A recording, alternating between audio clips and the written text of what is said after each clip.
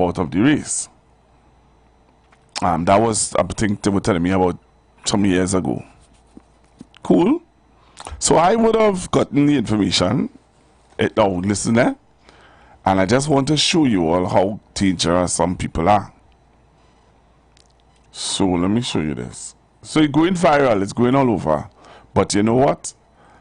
The person who's sharing it and putting it viral don't even realize. They don't even realize what they're doing. And there are some people who calling me and saying to me, they're glad that I would have made this statement. Right? They're glad I would have made this statement before I play the clip or say anything. Right? So I want to show you all this. If you come on the live, you would see what I'm about to show you, right? So I want you all to come on the live, and I want to show you all how this is the era that we're living in, where people will take what you see and they will try to destroy you. That's one. Two, people who have good hearing and not vindictive, evil, and wicked and nasty, but who have good hearing would have heard what I said, and you put out a video. And you know, it's a good thing about the video, and that's what persons were saying to me. They're glad that even though you're trying to destroy me, the video would say what would clearly see what I did or what I said. Right? So come on the live and look at this, and I want to show you this, and I'll tell you who it was done by. Right? So if you're on the live, you're going to see it. I want you to come on the live. Take a look at this.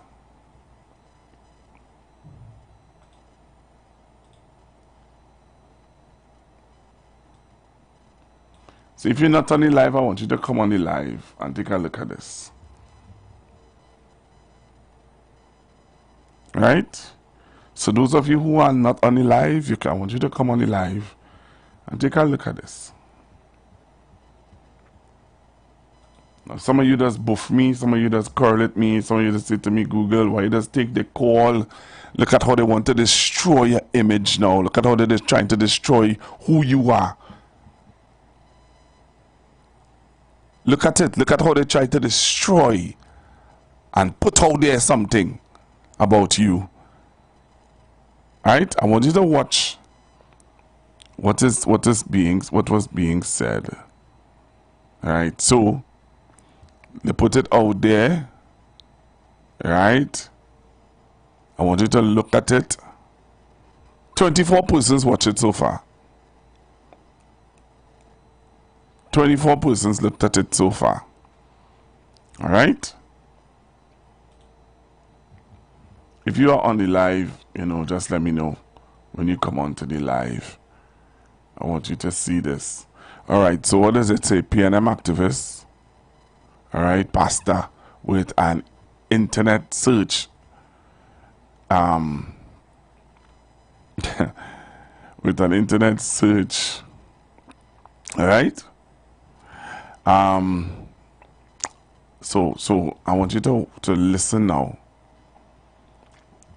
I want you to listen to this, right? Listen to this.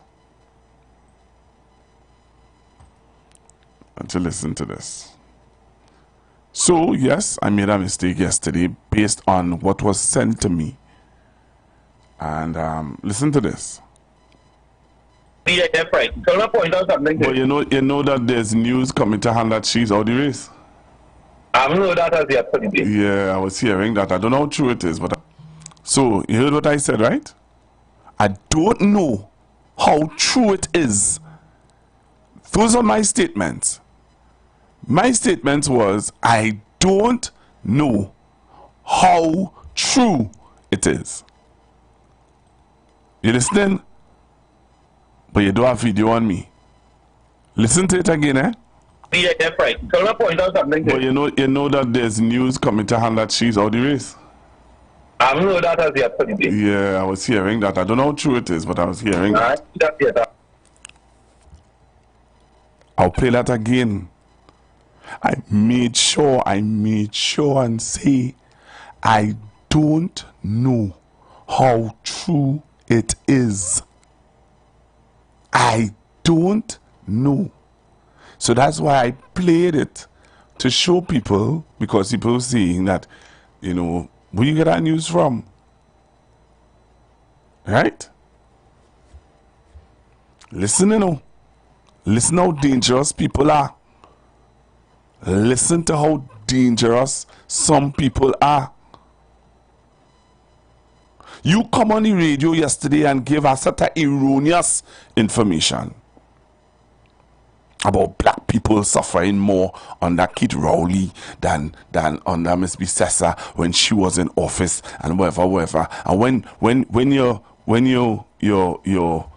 person who came on to defend you, when I played the clip from Mr. Joel Arambert, person was like, oh, okay,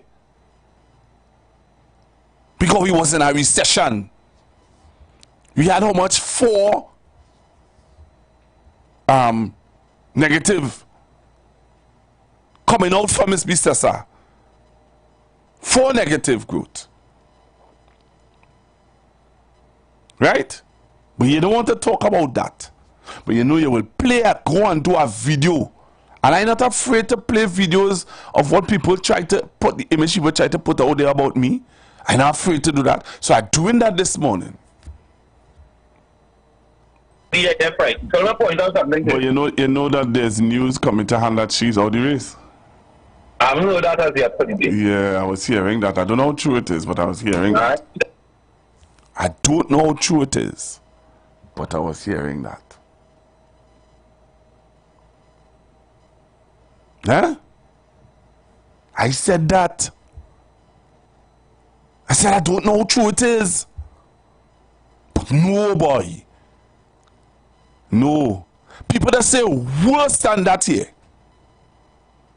And you know you don't do a fact check on them. You don't put them up. You know why you do that to me? Let's take some calls. 342-008-14665-391. So, yeah, do a video on me. A whole expose they do. Right? They do a video on me. But I wanted to play that part of the video. So anybody who listening now, and you want to grasp the context and the contents of what I said. So this is the whole YouTube channel and video that they went at lengths to do on me. Lengths to do on me. Eh? Yeah, that's right. So let me point out something. But you know that there's news coming to hand that she's out the race. I don't know that as yet. Yeah, I was hearing that. I don't know how true it is, but I was hearing that. 342-008-14665-391. So you do a video on me. And I'm not afraid to show that you do a video on me. Because I don't have anything to hide. I'm not deceitful and nasty. I got nothing to hide. And I made sure I said it before I play it. Made sure. One more time. Take a listen. Yeah, that's right. So let me point out something. But you know that there's news coming to hand that she's out the race. I don't know that as yet. Yeah, I was hearing that. I don't know how true it is, but I was hearing that. Now look it up. Good morning. Yeah, man. Good morning, Pastor Google. It's like, really, man. All right. But I heard that yesterday in shoot, and that is what it was. But I want to send it to the end of your program, when you was playing a clip for the end of your program, and the program finished on you. That will help you, because I think you was talking about that same Kamala Harris in the end of that, on the end of your program yesterday. So play it back. I think that might help you out there too.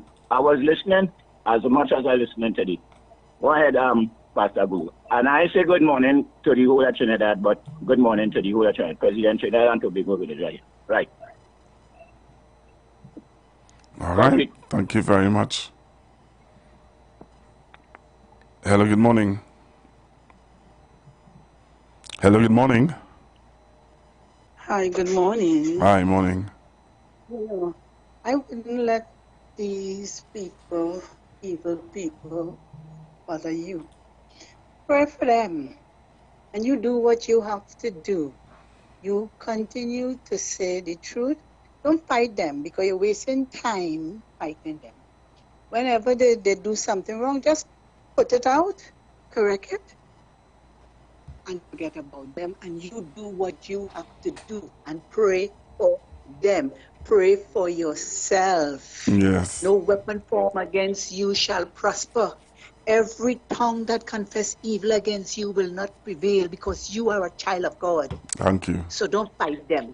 Don't fight them. You're wasting time talking about them. You're giving them ear space. Forget them. You just make a correction or point out where they're wrong, and you continue. God is on your side. He would never leave you nor forsake you. He is in you, you in him. Trust in him. Thank you. Thank you very much. So the caller before would have said to me, play the video that I played yesterday. And this was the video that I got yesterday. This was the video that I got yesterday. And I want to thank,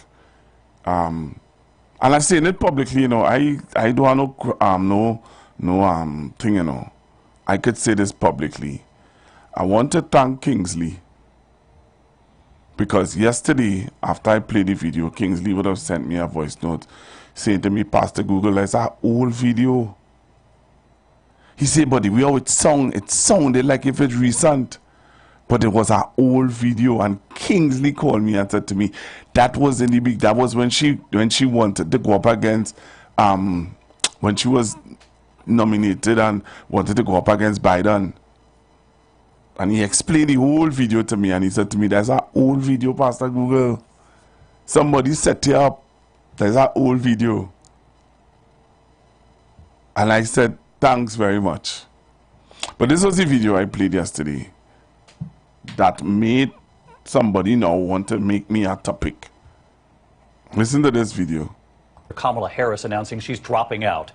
Once drawing huge crowds, one of the top candidates on the Democratic side. So what happened? What she said today in her very candid Kamala Harris announcing she's dropping out. Once drawing huge crowds, one of the top candidates on the Democratic side. So what happened? What she said today in her very candid message to her supporters. ABC's Lindsay Davis on the campaign again tonight. A campaign that started with so much promise brought to an abrupt end today, even before the first vote was cast. I'm not a billionaire. I can't fund my own campaign. Senator Kamala Harris, who sought to be the first black female president of the United States, calling the decision one of the hardest of her life. I cannot tell you that I have a path forward if I don't believe I do.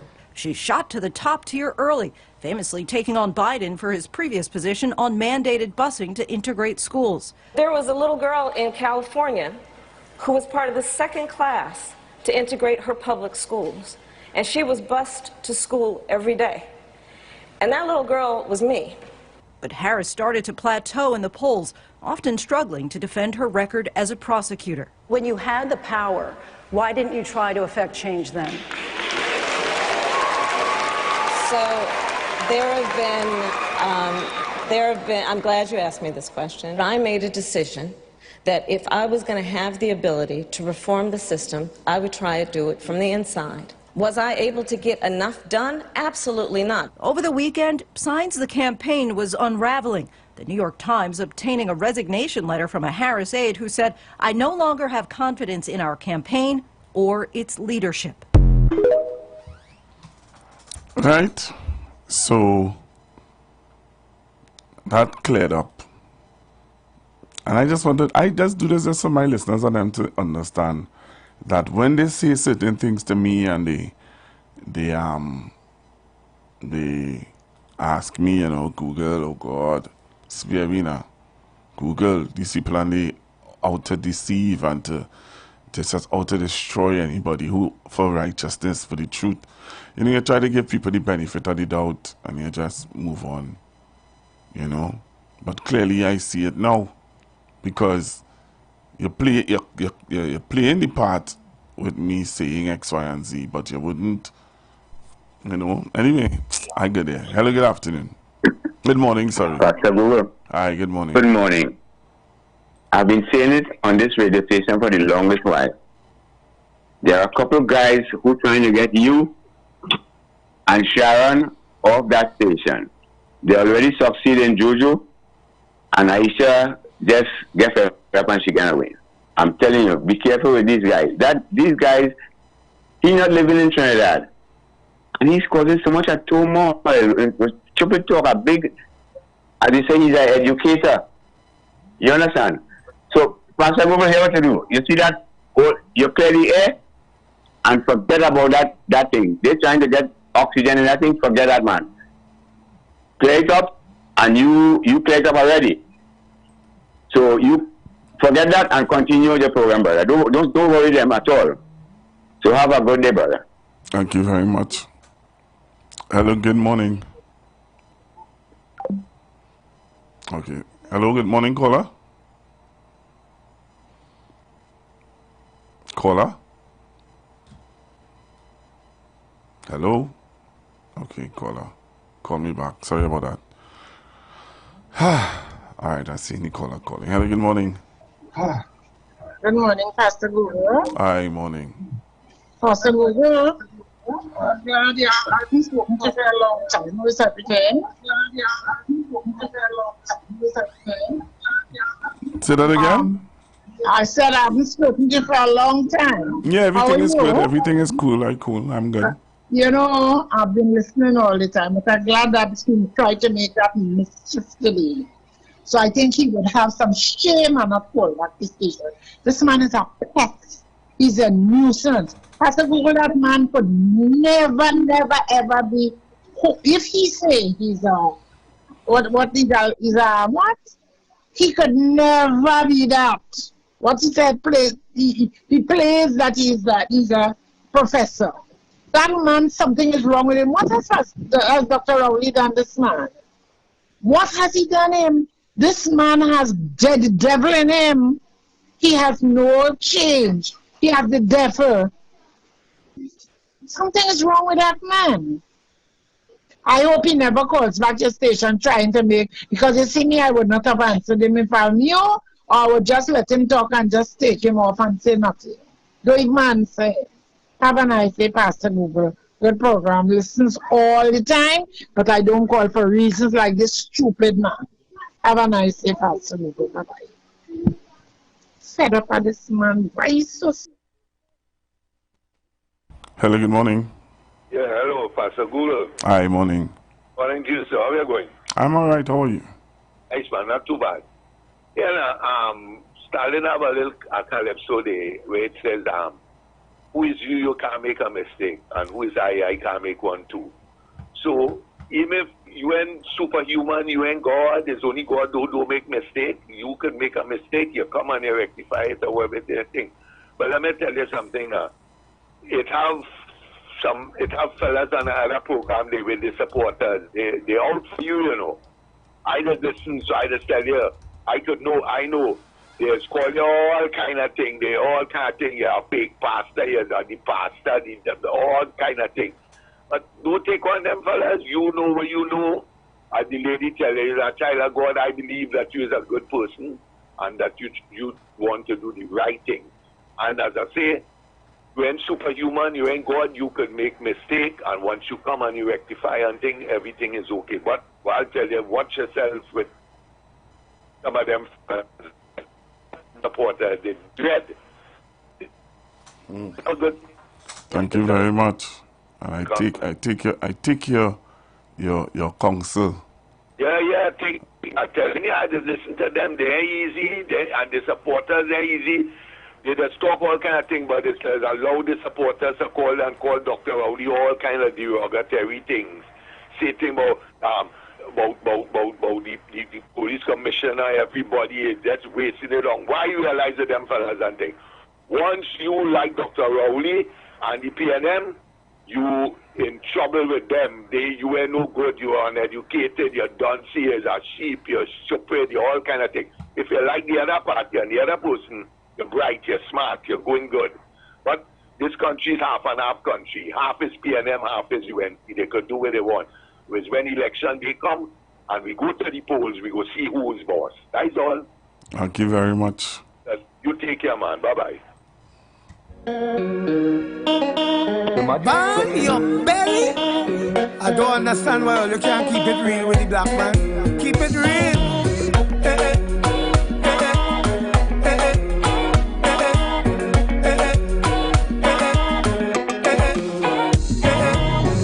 The lion them say, can you catch us none of them? Let me tell you about dirty friend of me, dirty friend of me, dirty friend of me, dirty friend of me. They quick to sell you out, nobody nasty like them. Let me tell you about dirty friend of me, dirty friend of me, dirty friend of me, dirty friend of me. They will pretend to build you up, that's right, just to pull you down. They will set you up, that's right, for you to lose your crown. If you fool me once, then shame on you, shame on you. And if you fool me again, then shame on me. Finally me, we don't rock with them. Go away, rock so, rock away. Better rock so, rock so, rock so. Go away, rock so, rock away, rock away. Go away, rock so, rock away. Better rock so, rock so, rock so. Go away, rock so, rock away. They will tell you they love you, but they lie. Let me tell you about dirty friend of me, dirty friend of me, dirty friend of me, dirty friend of me. Don't pretend to have my back, you're not fooling. So let me say good morning to Miss Williams in Shoguanas. Good morning to you, ma'am. Always locked on to the Street 919 FM, you and your lovely daughter. I pray that you all continue to stay locked on and tuned in. Yeah. So I just wanted to put, you see, that situation, and I did it for a reason, to, you know, show people that, hey, I'm not afraid to come and say if I'm wrong, you know. I make a mistake, you know. But before I made the mistake, I would have said, I don't know if it was true. Right? Congratulations are at hand for Mr. Keith Scotland SC,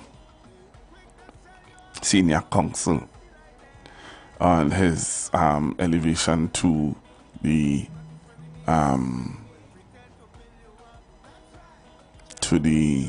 junior minister, or not junior minister, or minister in the Ministry of National Security. All right. Congratulations to you, sir. And you know, this morning I was talking to a friend of mine, and he was saying to me that Dr. Rowley is a real strategist, you know, real strategist. He knows well how to play his cards. Those of you who know, and those of you who don't know, Mr. Keith Scotland is a criminal lawyer. He's a criminal lawyer placed in the Ministry of National Security to deal with matters where the police is concerned, bring in policies and stuff like that to help deal with the situation where crime is concerned and police is concerned. I don't know. Gary Griffith still on Mr. Hines. He making his wrongs around social media, mainstream media. He on Mr. Hines, boy, like bread on butter. But he had nothing to say about Mr. Scotland, boy. But based on my good friend's evaluation on the situation, we have news for Mr. Griffith. Mr. Griffith, the man is really supposed to be watching this Mr. Scotland, eh? Because Mr. Scotland is a man very versed in law. You know, my dad and Mr. Scotland would have had the little run-ins in well, not a bad run-ins, but you know, good little banter where law is concerned. I would have loved to hear what Dad have to say about the elevation of Mr. Scotland to the Ministry of National Security with the portfolio of dealing with the police service. Mr. Griffith, I think Mr. Scotland should be your your watcher. Yeah, because no, this is a different pillar that's going to get cooked here. This is going to, this is not Trinidad pillar you're gonna get here now. This might just be a guy and he's cook up. Because if any one of you out there really understand and know Mr. Scotland, you will understand that no stone will be unturned. I think, Mr. Griffith, your focus. I remember my mom used to say that to me when I was getting ready for exams. Focus in your focus. You have to get yourself organized, Richard. Baby, I don't understand why you can't keep it real with the black man. Keep it real. So what are your thoughts about having Mr. Keith Scotland now in the Ministry of National Security? Now, yesterday at the press conference, you know, I was sitting here and I remember yesterday at the press conference, one of the journalists, senior female journalist, asked the Prime Minister a question. She asked him, why after 9 years you choose now to put Keith Scotland in the Ministry of National Security? All the other ministries, Ministry of Works had 2 ministers, Ministry of Agriculture had 3 ministers. And she rattled off, boy. If you hear this woman, and I sat up there shaking my head because she was bringing across the point that, hey, the Ministry of National Security never had ministers in the Ministry of National. And boy, I shake my head. I say, Lord Father, look who you throw that question at. I said, I didn't feel sorry for her, because Dr. Rowley would have rattled off all the ministers who was minister in the Ministry of National Security, Miss Glenda Jennings Smith, the gentleman from Tobago. He would have rattled off, and I said to myself, boy. Anyway, people are now questioning also, you know, a whole lot of stuff, but I'll take this call. Hello, good afternoon, good morning. Morning. Hey, good morning, young lady, how are you? I am fine. Think it again. Thank you. All right, thank you. Yeah.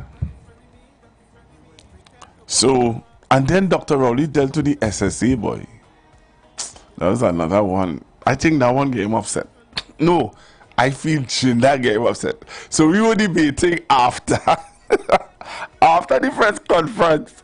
The media was in Whitehall, and we were debating among ourselves which question upset Dr. Rowley.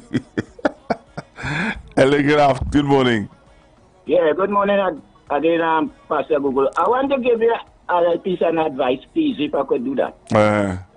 When I'm listening this program, because you know I straight up from before the last program on afternoon, I would like all the PNM people, especially to the point of having the program in the morning, avoid anything that sidetracking all your program.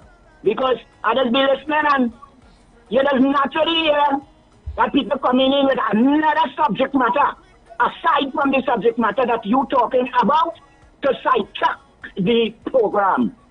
I as President Trinidad and Tobago just listen to everything. I might remember everything, because my memory ain't best, etc. Right. But do that, because It's humble. I ain't saying that you can't allow them on the program. But if they come to sidetrack the program, that is not good for us ears out here who listening. Thank you, Google. Thank you, Trinidad and Tobago. All right, thank you very much, sir. Hello, good afternoon. All right. Oh boy. Yes, as I was saying to you all, there were several, some of us were asking among ourselves, Jude Brown, and some of us were asking, what is the question of the field? I don't think any question I've said demanded it. I just believe that, for me, there are certain questions I wanted to ask, and I wasn't getting a chance to ask it. Hello, good afternoon. Good morning, sorry. Good day, Pastor. God bless him. Good day, sir. This is a strange one, and one of these days I must call. Take this number and call me, please. I beg you. Pardon? Okay? I say, well, you must try and take this number from me and call me any day, not today. Right? And you're talking something important, right? Okay. But you only want to tell you. You remember in the scripture where Jesus Christ on the mountain to pray? Say that again? It is written in the book, in the Bible.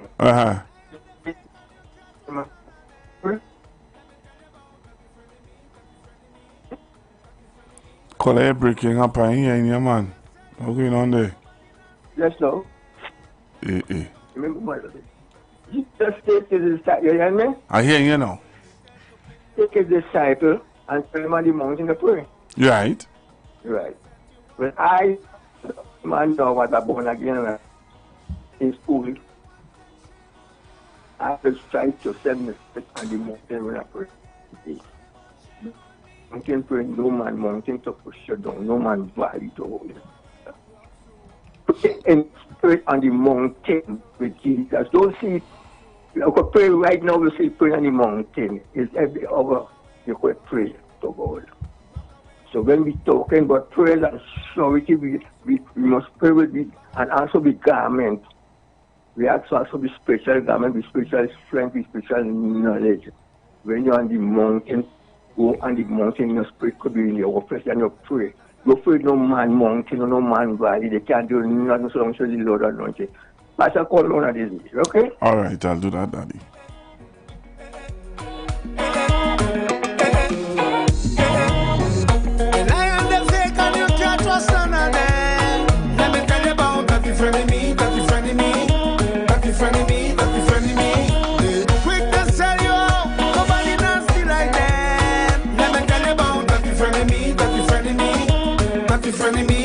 They will pretend to build you up, that's right, just to pull you down. They will set you up, that's right, for you to lose your crown.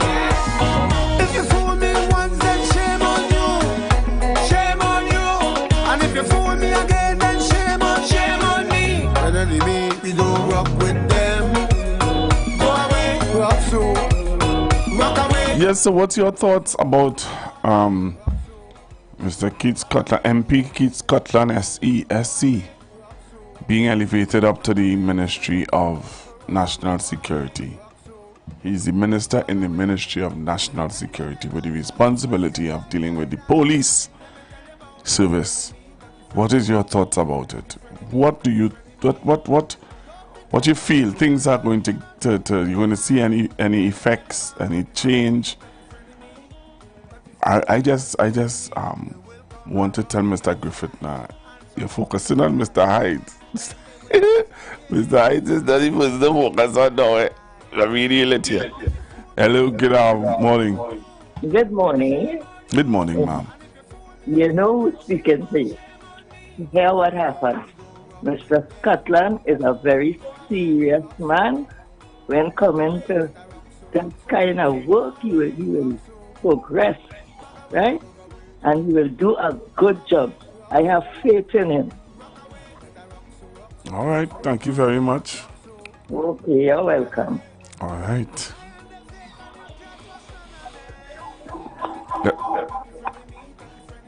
Google. Hi, good morning. Good morning to your listeners. But based on the responsibility that he started with, I am hopeful, because it's long time we need some serious intervention in the way how the police service is doing policing in this country.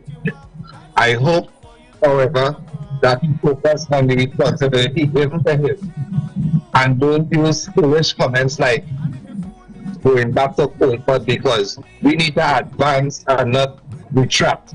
So I hope that is advice among the police service, and whatever they create or introduce to use as new measures or enhanced measures, don't include going back to things that may not necessarily work, because we have technology and we could use it at our advantage. So I am just hopeful, but you know me, I will have to wait until the results are shown, because a lot of times there's a lot of talk where politics and politicians are concerned, and we here in Trinidad are full of reasons and excuses why things have to be going a certain way, and I am fed up of that. But nonetheless, I am hopeful, because as I say, something drastically needs to be done with the way that we're doing policing in this place. Thank you. Thank you very much, sir. All right. Thank you very much, sir. Thanks for being hopeful. You know, there are some people who are not hopeful, but at least you're hopeful. So we're hopeful that the hopefulness that you have will bring some hopeful fruits.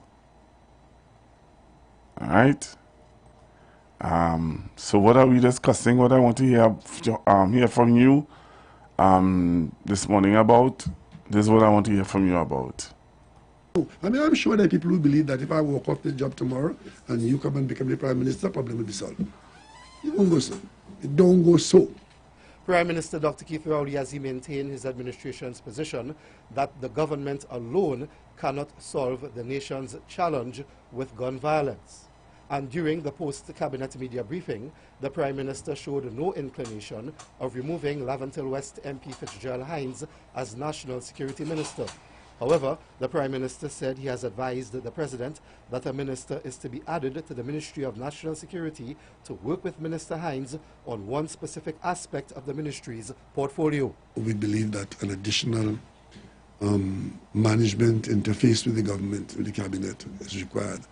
So I have appointed MP Keith Scotland as Minister in the Ministry of National Security, particularly to deal with police issues, police government issues. TV6 News spoke briefly with Mr. Scotland via telephone to find out his initial reaction when the Prime Minister informed him of his ministerial appointment. I was humble and I was grateful for the opportunity to serve in another capacity. TV6 News also sought to find out from Mr. Scotland what his main focus would be as Minister in the Ministry of National Security in charge of policing issues. In one word, crime. And the reduction of crime. But I would prefer to say more tomorrow, God's willing, after I receive my instrument, and not to be premature. Dr. Rowley, who chairs the National Security Council, says the National Security Ministry does not only have the police service in its schedule, but also the Defense Force, the Fire Service, the Prisons Service, and Immigration. Was this in any way an assessment on your part that the present National Security Minister may have had too much to deal with, or could not have? As we try to do more, and so much trouble is coming to us from the police, I want to put it that way. We decided that, or I decided as Prime Minister, it's my prerogative to make that decision, that the Minister was being distracted by too many other things when we wanted more focusing on the police at this particular point in time. The Prime Minister said the government is putting more effort into focusing on the police. Does this move in any way reflect on your assessment of the performance of the Police Commission? Not really. I think this is it's a group activity. I think all of us want certain things to happen. When we, as I told you, when I met with all the security people, there will be different ideas as to what we can do and what we should do. And out of it would come an assessment as to what we can do. And as Prime Minister, I've made this assessment that we need greater focus on the police, separate and apart from national security in general. In response to another question from TV6 News, the Prime Minister said MP Scotland will have to give up the chairmanship of the Parliament's Joint Select Committee on National Security, as well as his legal practice, since he will be joining the Cabinet. Mr. Scotland is to take his oath of office as Minister in the Ministry of National Security at President's House on Friday. Jewel Brown, TV6 News. Right, so that was Jewel Brown, yeah, my media colleague. Hello, good afternoon. Good afternoon, good morning, sorry. Good morning, Pastor Google and Trainer and Tobacco and all the callers and listeners of 91.9. I am happy with the move that the Prime Minister did. Our Prime Minister, Dr. Keith Christopher Rowley, has made it. And I would give Mr. Scotland all the kudos that he would get in the near future. I would like to see, right, you know, a long time we used to be seeing police vehicles passing around in villages and just making the rounds, or police on the beat walking up and down. And nowadays you're not seeing that. You're not seeing that. You go to the police station to make a report, you are being treated with hostility and impunity. Right?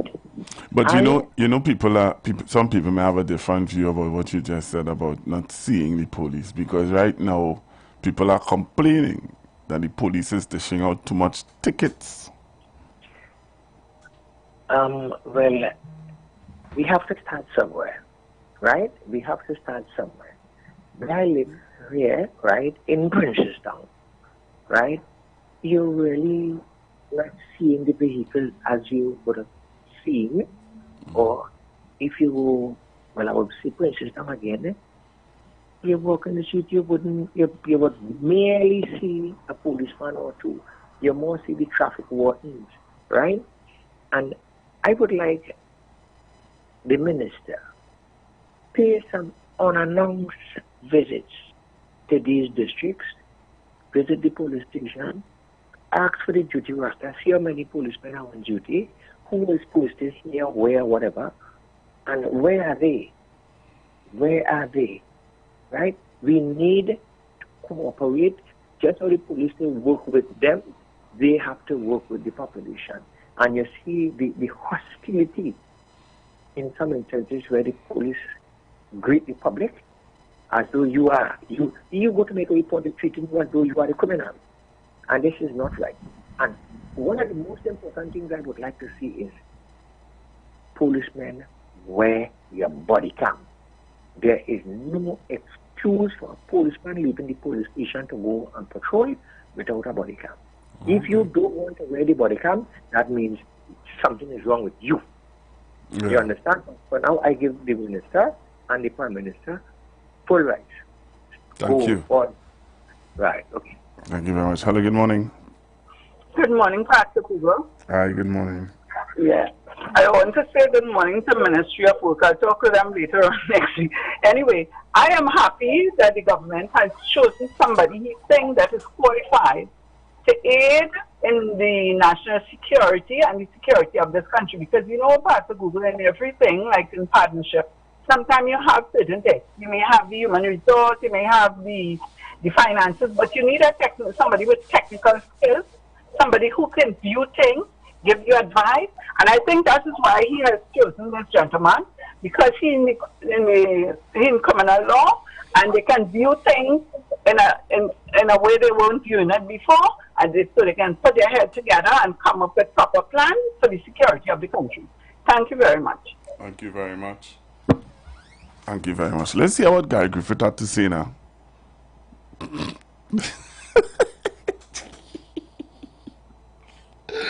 Oh my God, yes, stop making me laugh now. You can't give it that to say. Typical Keith Rowley. Yet again, his ego and his arrogance will take precedence over doing what is right for the country. Keith Rowley is fully aware that Fitzgerald Hines does not have the ability to be a proper Minister of National Security. He has failed miserably. He's also fully aware that the vast majority of the country would like to see Fitzgerald Hines removed. And because of this, Keith Rowley will now deliberately not move Fitzgerald Hines just because he's being pressured to have him removed. So what does he do instead? Appoint someone to be a junior minister in the Ministry of National Security and give him several major issues and units to be responsible for, leaving Fitzgerald Hines now really and truly to be the Minister of the Trinidad and Tobago Fire Service.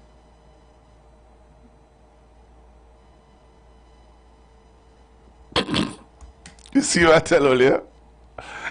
Up to now, he hasn't responded to the question that was asked to him. The question that was asked to Mr. Gary Griffith was, what is his view on the appointment of Mr. Keith Scotland, Senior Counsel? Up to now, he didn't answer that, you know. Well, yeah. We're going for a break. We're going to come back. And I come back, I'm going to highlight something that was talked about at the press conference, that I had some questions to ask that I didn't get an opportunity to ask. I had some questions to ask the Prime Minister.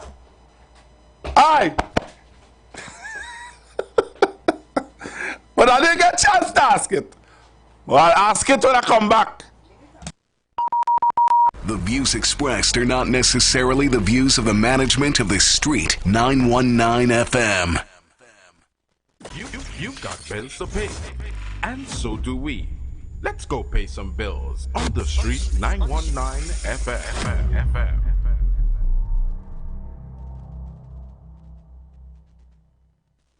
Join the winning team with Pastor Alkaline John every Tuesday at 11:05 a.m. to 12 noon and every Wednesday night from 7:05 p.m. to 8 p.m. live on The Street 919 FM as he talks about Lviv, the power of 5 fruits, one of the most powerful antioxidant supplements on the market today. The 5 superfruits in Lviv are mangosteen, acai, pomegranate, goji, and nuni. These fruits have a positive and profound impact on human health performance and disease. Join him as he gives live testimonials of the Lviv healing powers. To get more information, you can contact Pastor Alkaline John at 516-286-7079 or you can visit his webpage at www.alkalinejohn.com. Remember, every Tuesday at 11:05 a.m. and Wednesday at 7:05 p.m. live on The Street 919 FM.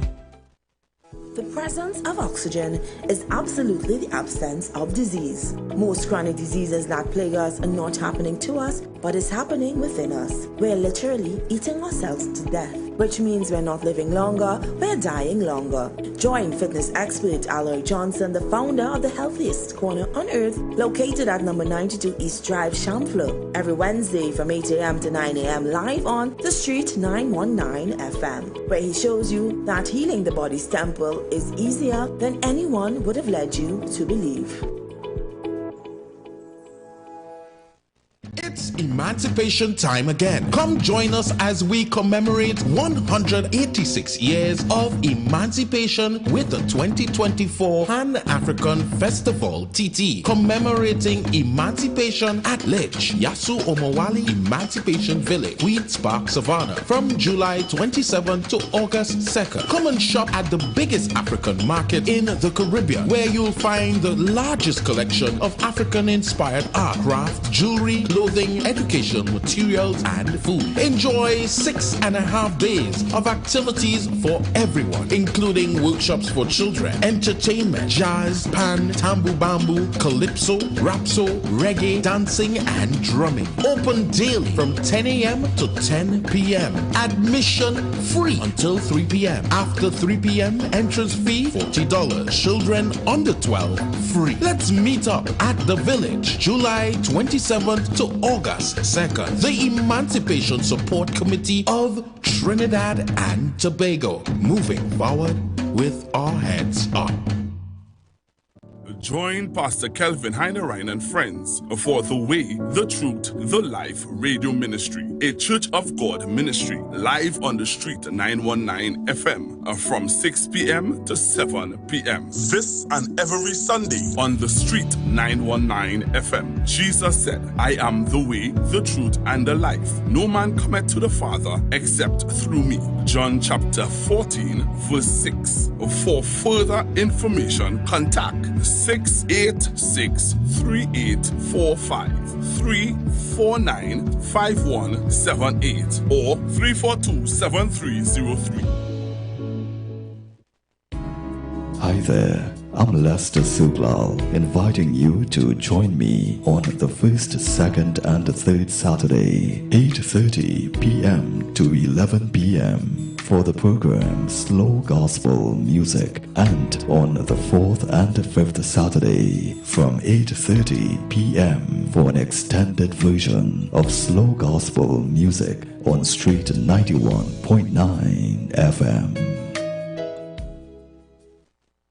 Share the live. Share the live. The Street 919 FM on Facebook and Instagram. Share the live. Iowa George on Instagram. Share the live. Iowa TV and Street TV on YouTube. Share the live. The Street 919 FM.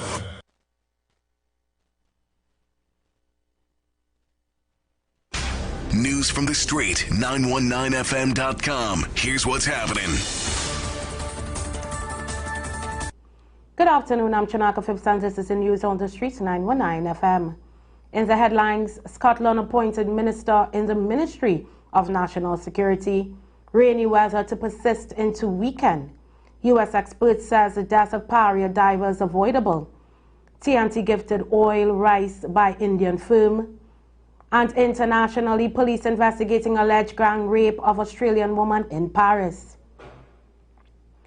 On top of the news, Prime Minister Dr. Keith Rowley has announced that Port of Spain South MP Keith Scotland Senior Counsel will be appointed as a minister within the Ministry of National Security to assist with the country's national security operations, specifically dealing with policing issues.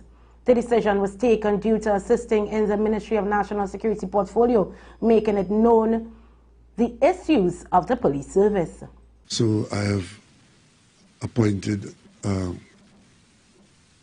MP Keith Scotland as Minister in the Ministry of National Security. We've run this government since 2015 with a significantly reduced number of ministers. But because of the pressures of the pushback that's coming to us from the criminal element, we have decided to put a bit more of the cabinet resource on the police and some aspects of security. As we try to do more and so much trouble is coming to us from the police, I want to put it that way. We decided that as Prime Minister, it's my prerogative to make that decision, that the minister was being distracted by too many other things when we wanted more focusing on the police. No other ministry has that institutional arrangement where a body of ministers is treating with national security. No other ministry has that. So to say that there was 2 ministers in works and 2 ministers in that, that's it in works. But the National Security Council and the cabinet that I run, there are about 6 or 7 ministers there, and in fact 3 or 4 of them alongside the Minister of National Security, including the Prime Minister. That's where national security has been dealt with. Police Commissioner Erla Harewood Christopher said the police service is putting pressure on criminal elements with the implementation of several road exercises and other police exercises over the past few weeks to deal with the rising murder toll. In more news, while a gradual improvement in stormy weather affecting Trinidad and Tobago is expected by this afternoon, more rains are up ahead. The Trinidad and Tobago Met Office, its 5-day weather outlook, said the axis of another tropical wave currently located in the eastern equatorial Atlantic is moving westward at approximately 10 to 15 kilometers. It's expected to reach the region by Tuesday. The TTMS said trailing effects of the recent tropical wave are likely to produce partly cloudy periods with light or moderate showers in varying areas on Friday. There's a chance for a heavy shower or thunderstorm mainly during the morning to early afternoon, with conditions expected to settle in the evening. Rains are likely to persist on Sunday as conditions are expected to produce light to moderate showers over Trinidad and Tobago, mainly during the late morning to afternoon. There's a medium chance for an isolated heavy shower or thunderstorm. People can expect a rainy start to the week as increased ITCZ convergence across Trinidad and Tobago and the southern Windward Islands is expected to produce partly cloudy to cloudy periods on Monday. The TTMS predicted light to moderate showers and a medium to high chance for the development of heavy showers or isolated thunderstorms for the pre-dawn to mid-afternoon. Despite the rains, the Saharan dust concentration is moderate to high, with the highest concentration over Tobago. The haze will continue until Saturday. From Sunday, the dust concentration is expected to ease to mostly moderate, occasionally mild until Tuesday. In more news, describing the death of 4 divers in Pointe-a-Pierre in February 2022 as avoidable, U.S.-based diving expert Phil Newsom praised the government and the Occupational Health and Safety Authority for trying to implement diving regulations in Trinidad and Tobago. He made the comment as OSHA hosted a public stakeholder consultation on a draft policy for creation of the regulations. The unforgettable day of February 25, 2022, where Kazim Ali Jr., Rishi Nagasar, Faisal Kurban, Yusuf Henry, and Christopher Buduram were sucked into a 30-inch pipeline they were repairing at a facility belonging to state-owned Paria Fuel Trading Company, with only Buduram being the survivor.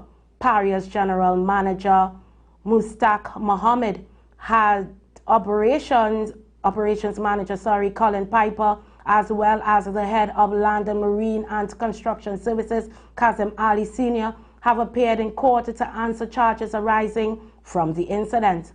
Newsom is also the executive director of the Association of Diving Contractors International, an organization that works with countries and regulatory agencies to establish uniform safe standards for commercial divers and encourage industry-wide observance of these standards. Newsom said the Paria incident was unfortunate and should not have happened. He also was reluctant to say any particular person or entity was at fault, saying there was a lot of blame to be shared. During a question and answer session, one of those attending, who did not give his name, said safety should incorporate observations and not follow guidelines blindly, as he advocated for the occasional use of scuba equipment in commercial diving. Newsom said stakeholders should begin to focus on constantly reviewing and updating the regulations. He said the discussion should not be wasted and encourage stakeholders to continue moving forward regardless of the pace of implementation. In more stories, gifts of rice and oil has been made to Trinidad and Tobago by the largest Apex cooperative in Haryana, India. Prime Minister Dr. Keith Rowley said Cabinet had agreed to accept these items, which will be distributed to the needy in Trinidad and Tobago. Speaking yesterday at the post-cabinet news conference at the office of the Prime Minister, Dr. Rowley said his recent visit to India attracted the interest of Haryana officials, who in turn visited Trinidad. He said 3 important people came from Haryana: the chairman of Haryana State Cooperative Supply and Marketing Federation Limited, and 2 managers. Dr. Rowley said Hafed is a major producer in Haryana as it processes 2.3 million metric tons of commodities annually and has an annual turnover of approximately $1.6 billion. He said Hafed held a number of meetings with public and private entities in Trinidad and Tobago. It is effectively considering the establishment of a rice mill in Trinidad. Hafed is the largest apex cooperative federation of Haryana state in India. It came into existence on November 1st, 1966, with the formation of Haryana as a separate state.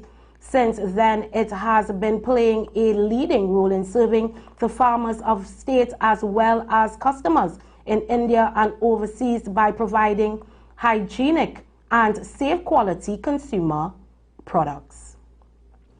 And internationally, French prosecutors are investigating an alleged gang rape of an Australian woman on a visit to Paris, where preparations to host the 2024 Olympics are in the final stretch, according to judicial authorities on Wednesday.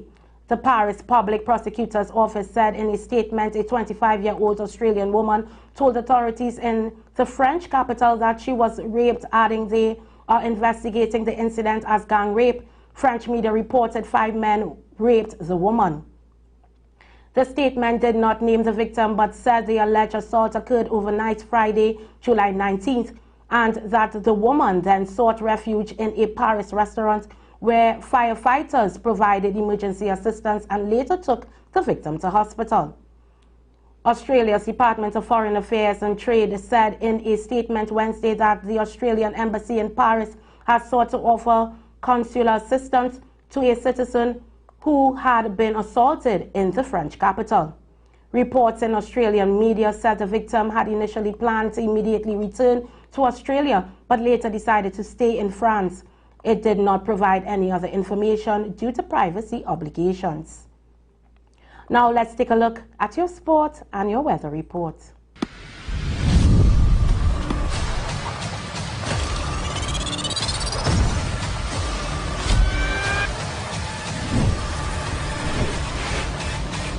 In sport, TNT Girls Under-15 head coach Marlon Charles says his team has seen significant improvement going into 2024 CONCACAF Girls Under-15 Championships.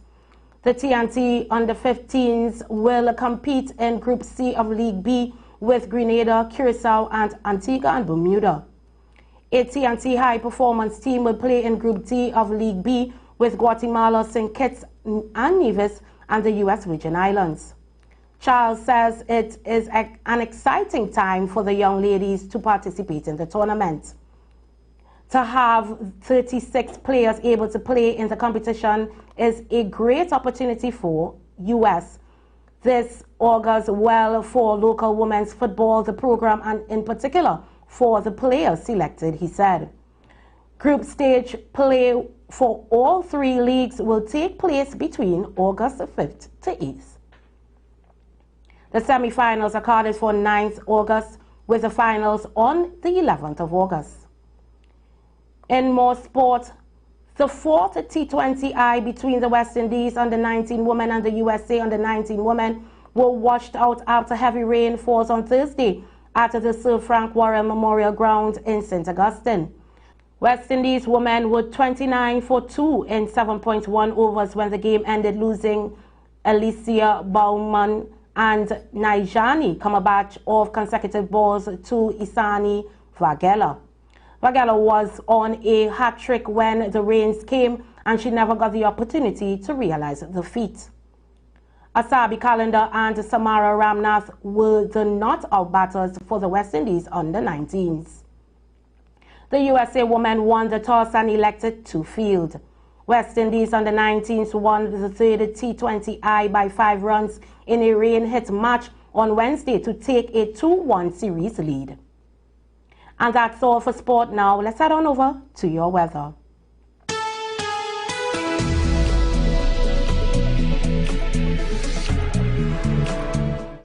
Today will be generally sunny, hazy and breezy despite 1 or 2 showery intervals.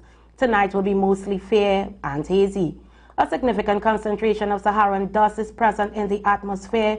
Those are sensitive to the change in air quality should take the necessary precautions. In our temperature last night, there was a minimum temperature of 26 degrees in Trinidad and 27 degrees in Tobago. Our maximum temperature is 33 degrees in Trinidad and 32 in Tobago. Our seas are moderate with waves between 1.5 to 2 meters in open waters and below 1 meter in sheltered areas. Recapping the headlines, Scotland appointed minister in the Ministry of National Security. Rainy weather to persist into weekend. U.S. expert says death of pariah divers avoidable. TNT gifted oil rice by Indian firm. And internationally, police investigating alleged gang rape of Australian woman in Paris. And that's all for today. I'm Chinaka Phipps. Do have a blessed day and a safe weekend. News from the street. News from the street. 919fm.com.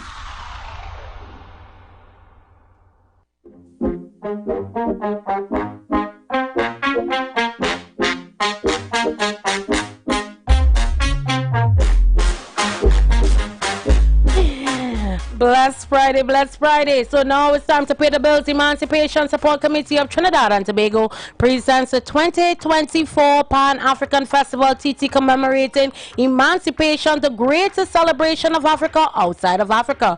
Come celebrate 186 years of emancipation at the Lich Yasu Omawali village, Queen's Park, Savala, with a week of full activities. On July 27th, the grand opening of the village women in Rapso tribute to Cheryl Byron, Unity Reggae concert special tribute to women. July 28th, Family Day, Food Fair, Youth Pan Explosion, Jazz at Sunlight, Pan by the Moonlight. July 29th, Ancestral Night. July 30th, Calypso concert Chikamuluta. July 31st, Pan-African concert every day from 3 p.m. Rhythms and Voices of Africa. August 1st, Emancipation Day tribute to our ancestors all at the All-Star Spaniard. Freedom Morning Come, a play by N2 Pearl Springer. Kambule Street procession to the Emancipation Village. Flambeau procession from Queen's Park, Savannah to the All-Star Spaniard. August 2nd, Village Lanyap at Lich Yasu Umawali Village. Village opens every day 10 a.m. to 10 p.m. Admission is free until 3 p.m. Entrance fee is $40 after 3 p.m. Children is absolutely free. Paying patrons can win return tickets to any car destination courtesy Caribbean Airlines, the official airline of the 2024 Pan-African Festival TT commemorating emancipation. Sando, don't forget, August 2nd and 3rd, in collaboration with the San Fernando Corporation, Freedom Festival, Harris Promenade, San Fernando. Emancipation Support Committee, Trinidad and Tobago, remember we are moving forward with our heads up very high.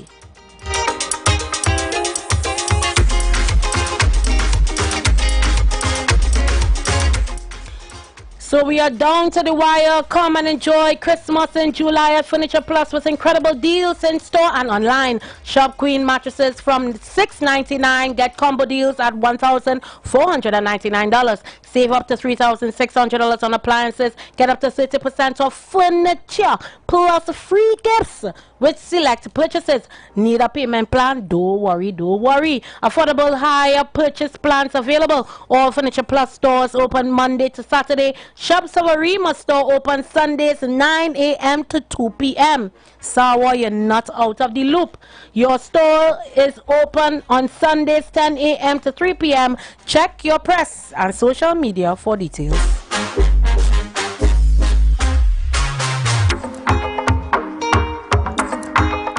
My 919 faithful family and the new ones of the 919, the Street of the 919, the mobile app is now live. Keep in the loop with all your favorite programs. Be in the know first and carry us wherever you go. Listen and watch us live at the click of your fingertips.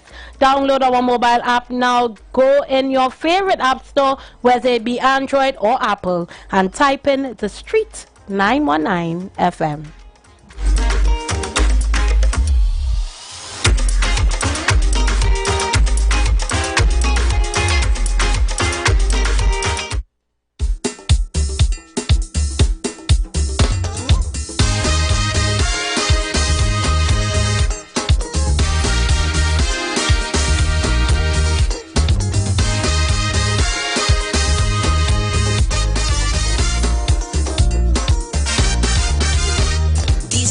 I've been very hard, been really tough for soul. This fighting between Trinidad and Sister Tobago. Now the anthem and they both of them to keep standing side by side. But every day is fresh problem with the turning of each time.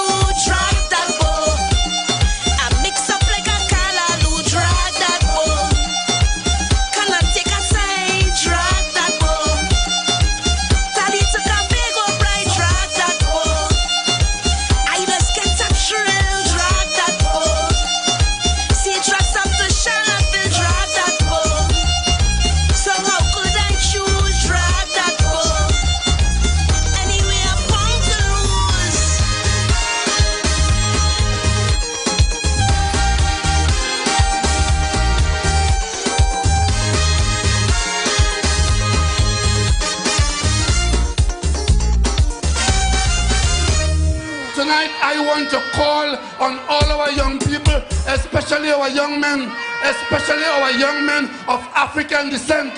Put down the damn gun. You are causing enough pain to your mother, your father, your neighbor, your community, and this country. Put down the gun. All over this country, the government is opening up opportunities to allow you all to make something of yourselves. Because if you live by the gun, rest assured a gunman will make sure that you die by the gun.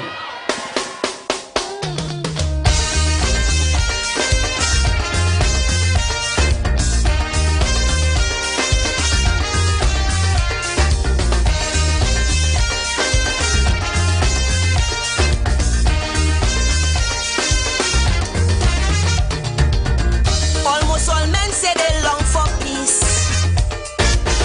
but still the blood and the deaths increase. Almost all men say they have power, still the crime and the death rate soar. I think the time has come to beat a different drum, to turn this blood red tide. All three needs must take a side. If you're tired, hear them shoots. Want to be a peace recruit? Time to answer yeah or nay. Come and complete the survey. You want a crime-free nation, now one love vibration, where Trini suck up with loving non-stop, with no more violence, no hate, no pretense, with all man prepared to seek truth all year. So if you find that now is the time, raise your hand and let's sing. To make a pledge, yes, to bury crime. Raise your hand and let's sing. To build back broken communities. Raise your hand. To show the meaning of family. Like show all them detractors, them hitmen, extractors, the true meaning of unity. Raise your hand, let me see.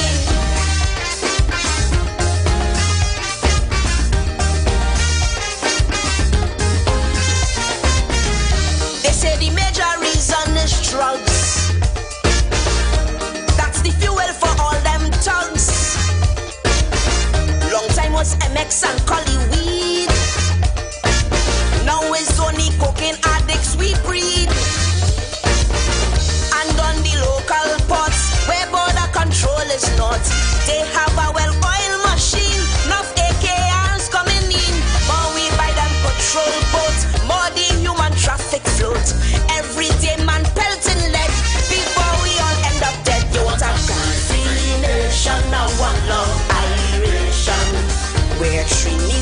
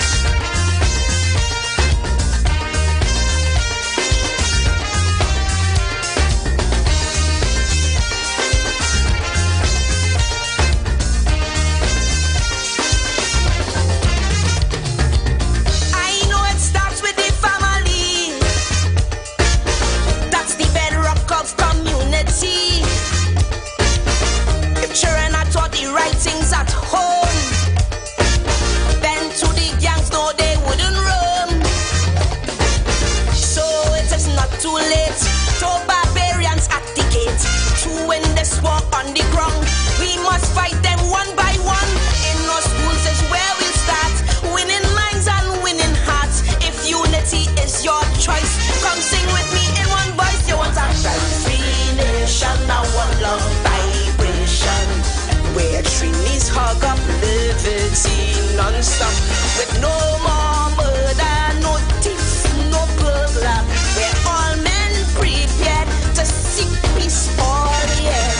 So if you find that now is the time, raise your hand and let's sing. To make a pledge, yes, to outlaw crime. Raise your hand and let's sing. To bring back love, yes, to TNT.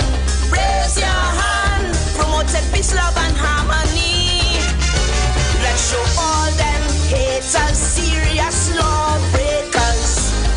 The true meaning of unity. Raise your hand, let me see.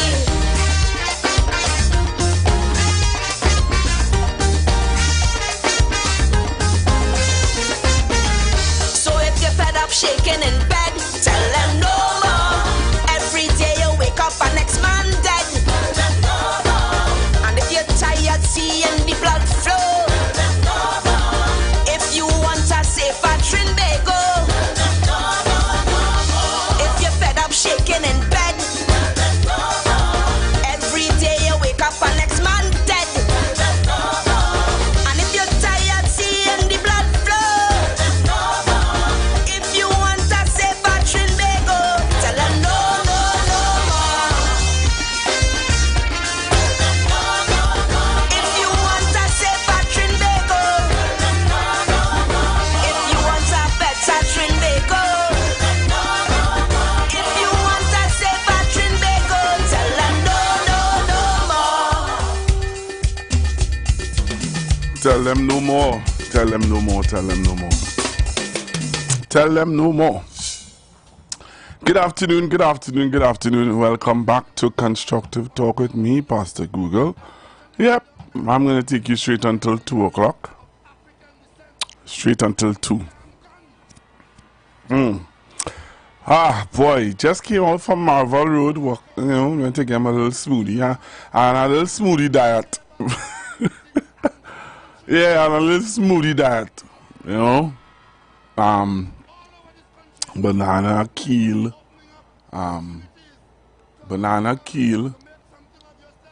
something, so cucumber, something. I try any people them thing. Seeing if I can, keep looking a little youthful now. I seen some people on the live attacking me and saying, you're big and you're fat. People real out of place, But that's what I can't do anything for it. So those of you on the live having all the worst thing to say about my size, well, that's your prerogative. If that's what you want to come and spend your day doing, then so be it. But I can't do anything about it. So those of you who are messaging me saying to deal with these people who are attacking my size, that's small thing. Leave them alone. Leave them to God. Hello, good afternoon. I'm back with you. Caller? Good afternoon, my dear friend, Pastor Hoover, your friend from the National Association of Administrative Professionals. You remember that lovely Sunday? Yes, I remember. At Keski, right, don't bother with nobody, no?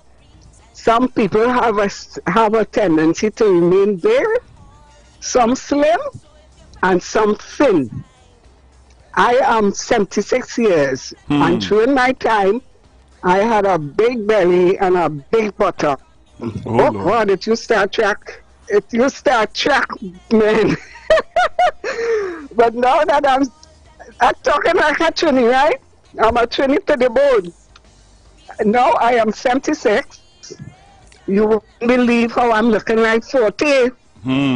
40 I'm looking at. Not a button on my skin, face smooth, body smooth. Oh God, I feel proud about me at 76. And the thing is, you see what you're eating? The little tomato, a piece of green fig, cucumber, pimento. You should eat that for lunch or maybe dinner. But you see all that sort of fat chicken and pork and all that?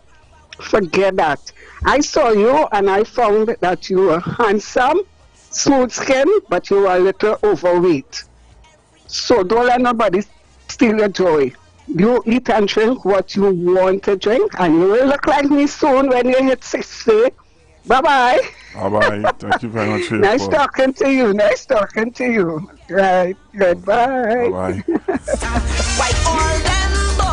Just remember, I'm live on Facebook and on YouTube. So if you find out now is the time. So you can join me on Facebook and on YouTube. YouTubers, you can join me. Let me say good afternoon to Miss Pamela, all the way in Palo Seco, and Mother Dolly. My doll, how are you? I hope you're not giving any trouble. Alright? And to your son and everybody who's out there in Palo Seco listening to the Street 919 FM. Hello, good afternoon. Pastor Google. Hi. Good afternoon. I read in West Town Regional Corporation. Pardon? You're sounding real soft, ma'am. You're going on it. Alright, you hear me now? We're hearing you a little better. Better, right, okay. I say I'm reading with more regional corporation workers complaining about the salary they pay. Yeah. You saw that too? No, I haven't seen. I haven't seen. It had to happen like that, Pastor Google. You know why? They're doing, and let me tell you something, I'm blaming the CEO for Sawa and Tunapuna Regional Corporation. All you must fall into these problems. Because they're telling all that don't employ people and all employ. I understand after the employment, about 200 in Tunapuna. You hear what I'm telling you? So Sawa now fall into a problem with pay. Pastor Google, you must have idea what I'm speaking about, right? And you will see it again. You see, I'm telling you about it this Friday afternoon, right? You will see it going to pop up again, right, Pastor Google? You have a good one. I'll call back. Okay, thank you. Hello, good afternoon. Good afternoon, Pastor Google. You called her before this month. You called her before Mommy. She sounded like a real number. And she was sure that she was a number. Thank you. Thank you. All the best. Okay.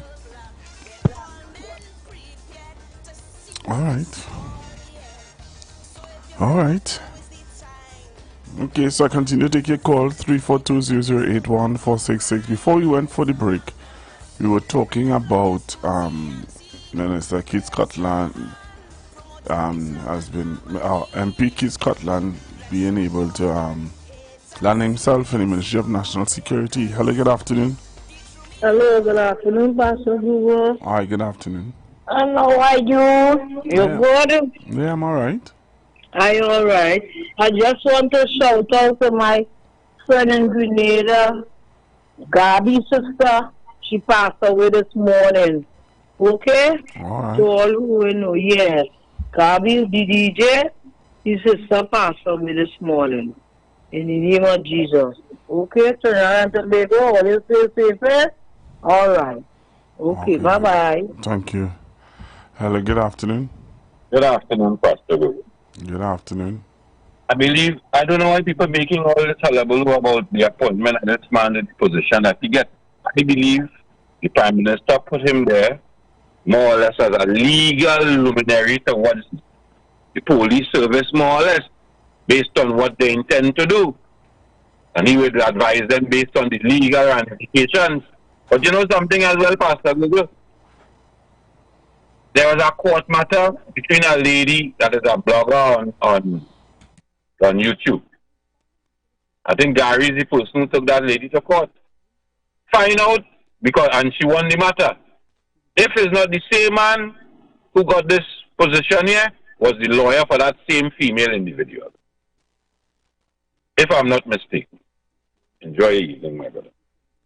All right. Thank you very much. Yep. Yeah. So much is happening. I don't know now, boy. I don't know what to say sometimes. Hello, good afternoon. Pastor Google. Your last caller who now call here. And tell him I said to find out if Gary now do have to pay the gentleman, the lady now. Yeah, he has to. We know that. We know that. He has to pay Rhoda Barath. Yeah, he now have to pay the lady. Yep, he has to pay Rhoda Barath for her mouth. Not her mouth, he mouth. I say in her mouth. I say in her mouth because he was the one who wanted to deal with her for her mouth. The table turned, Pastor Google. Good one, I got. Yeah. Remember, you wanted to deal with her for her mouth. That's why I said it like that. The Prime Minister said something yesterday at the press conference. I wanted to... I just want to say some things. I wanted to highlight something he spoke about. Take a listen to this from the Prime Minister yesterday. And let me up anyway. I will do that apology personally to Mr. Scotland, but I was supposed to do something, and anyway, I will leave that there. Yeah, so the woman in that press conference yesterday wasn't easy, you know. It didn't give us the men an easy chance to even ask a question, boy. And remember I said to you all I had some questions to ask. Well, one of them asked the question for me. Hello, good afternoon. Hello, good afternoon, Pastor Google. Hi, good afternoon, sir. I just want to find out something. When your co-worker was program was moved off the air, the way it is, two people was rejoicing. I get to understand that they're off the air now. You understand? And they pay for them out too. You understand me? Now you're talking in parables there now. When the program, the 2 o'clock to 4 o'clock on your station. Right. When the program was moved off, I don't know if they move or they leave or it is. Right. The other two people on the other frequency. Okay, yeah. They keep a party, man. They keep a party, they was rejoicing. Yeah. But I get to understand that they off the and some money them off. Completely off. Yeah. And I want to say happy birthday to Bataria, man. Hey, to this Bataria birthday, are they calling so much time and they tell me that? So I get to understand that. Who is this boy? Bataria birthday, sir. Let you enjoy yourself. Yeah. And continue making nice contribution. Of course. If you make a mistake, you'll call and say, but I hear him say yesterday, today is his birthday. Well, so what I'm trying to say that, what goes around comes around, right?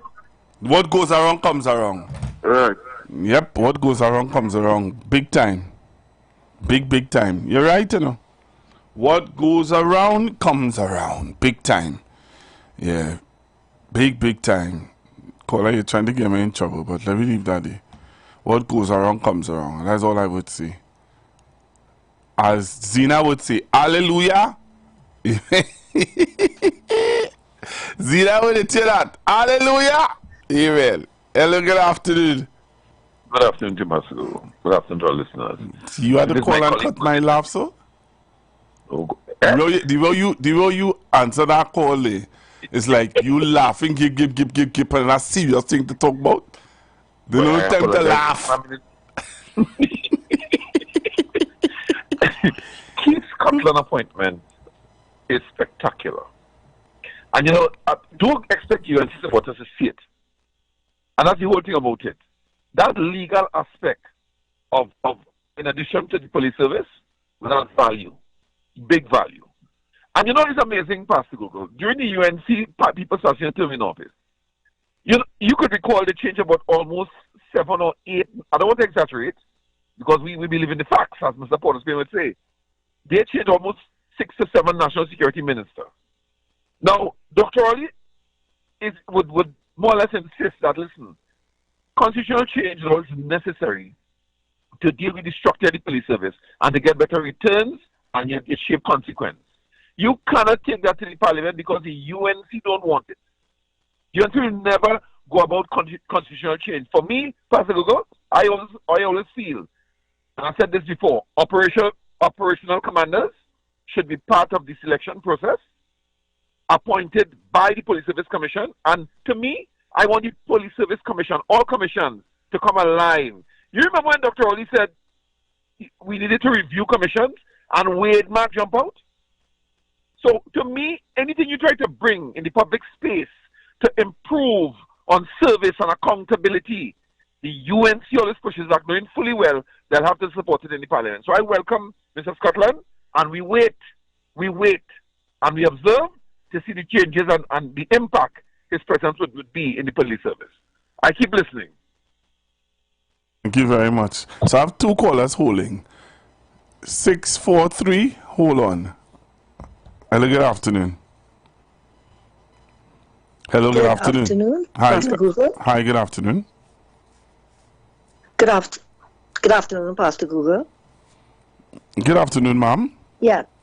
Yes. I just wanted to find out why you couldn't speak at the conference yesterday, and what were the questions that you said you wanted to ask the Prime Minister? I'm going to ask it. And the reason why I couldn't speak, well, none of that couldn't speak, you know.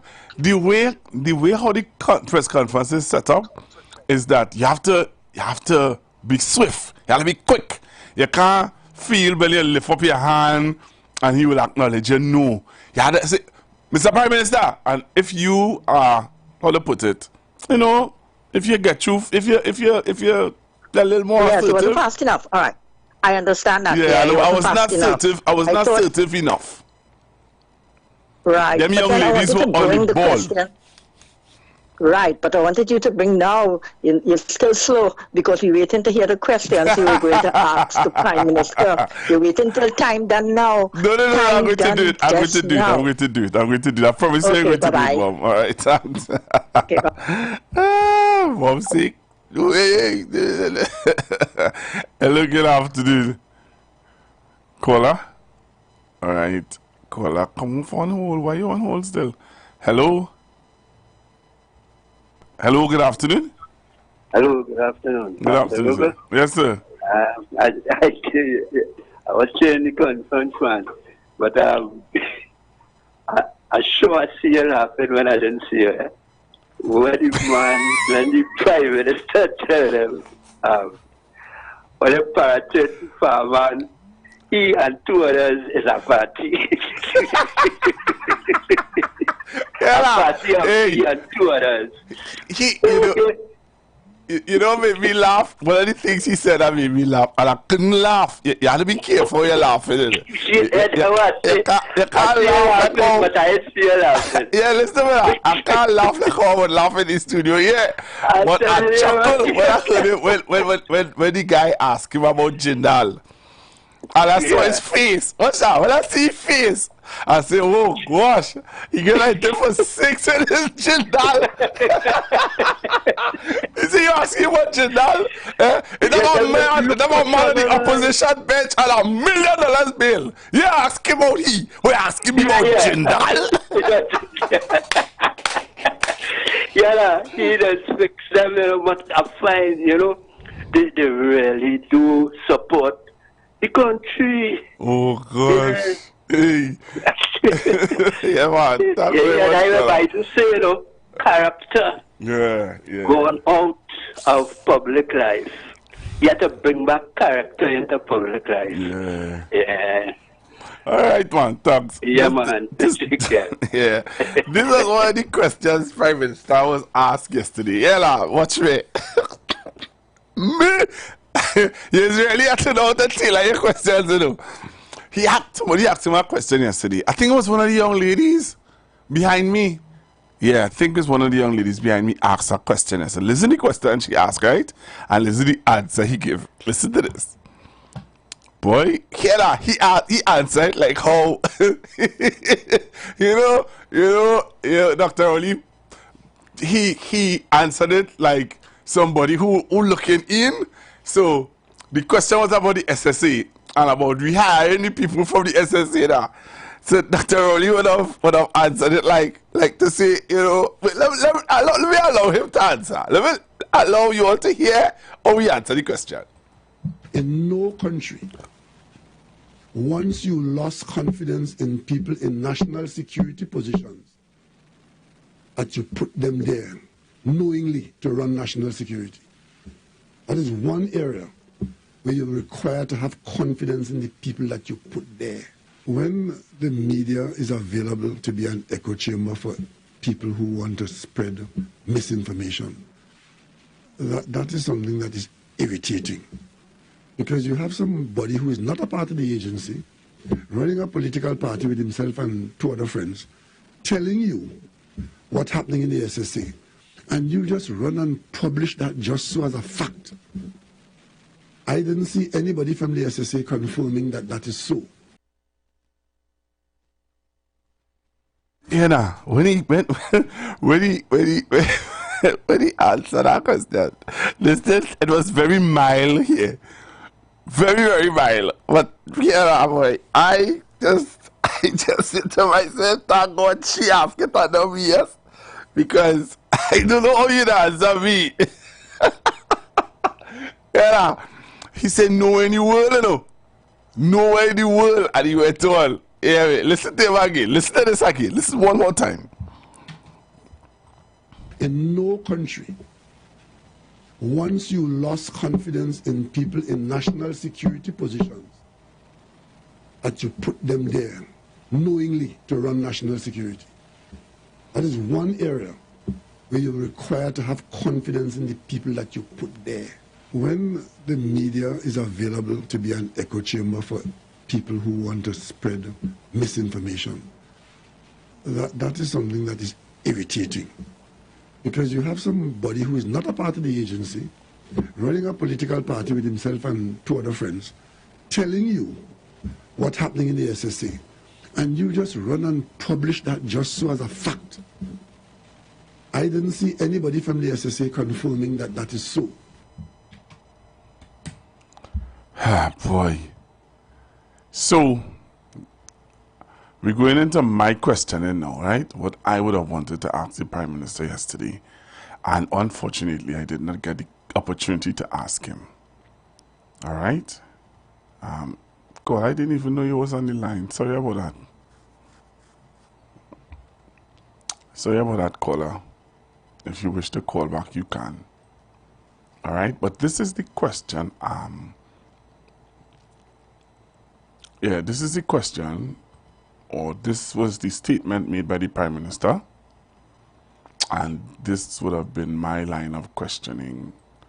This is what I would have questioned him about, right? Because I would have wanted him to see it, right? I would have wanted him to see it, so that, you know, it would have created a different environment or a different discussion. So what am I talking about? All right, so listen to this. Trinidad and Tobago. This was what Dr. Rowley would have highlighted yesterday, and this would have been a question that I would have wanted to ask. The government is working to ensure TNT does not run out of gas. Prime Minister Rowley says with this country's gas reserves considerably down, recent gas deals with Venezuela are important. Basically, a repeat of the Loran Manatee, right? Coquina Manikin is now leased to Trinidad and Tobago for 20 years, and we are well advanced. We got our OFAC license for that as well. So we now have 2 substantial fields of proven gas available to Trinidad and Tobago for ensuring that we have some element of a future in keeping point leases at an operational level.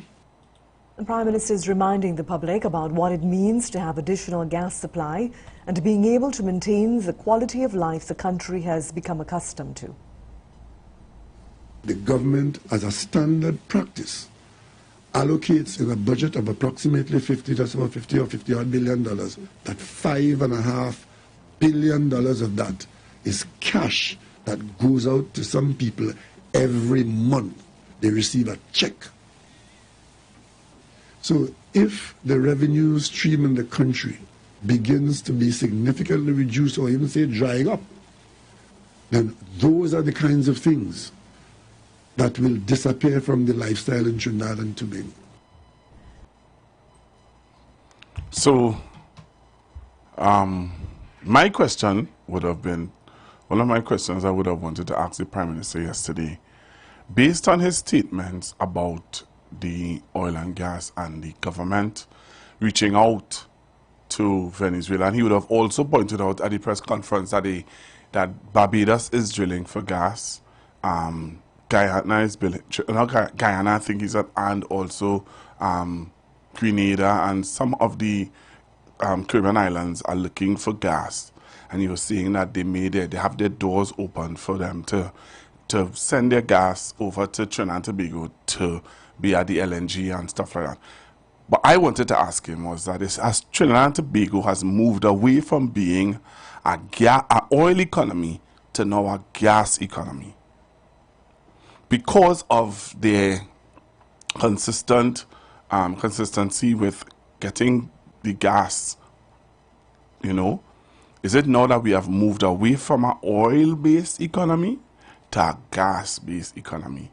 And I would have liked to hear his answer to that, one. And two, we have a 25-year contract with Venezuela and with the gas deal, with one of the fields. When I come back from the break, I have a question I want to ask. I'll come back after this. The views expressed are not necessarily the views of the management of the Street 919 FM. You've got bills to pay, and so do we. Let's go pay some bills on the Street 919 FM.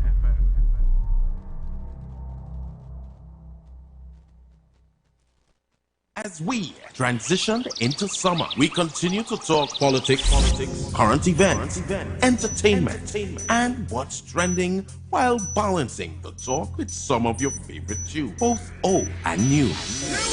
Our purpose is to keep you informed and edify you, as well as to give you food for thought on the current affairs of this nation and the world. Keep it locked to the Street 919 FM every day, all day. Our on-air numbers are 342-0081 and 466-5391. Visit us on Facebook, Instagram, and TikTok. The Street 919 FM. YouTube, IWER TV. The Street 919 FM. Shed it live. Are you just tired of bad news in your communities, TV screens, and newspapers? Well, I have good news for you. Introducing Positive Corner with Naka every Tuesday from 12:30 p.m. to 1 p.m. Highlighting young, vibrant, and future stars spreading our nation's banner across the world. Telling their story about their journey to success and overcoming the negativities that plagues our land. Come, let's sit, discuss, have a few laughs, but at the same time learn something new. Every Tuesday, 12:30 p.m. to 1 p.m. Positive Corner, where challenges are opportunities for growth.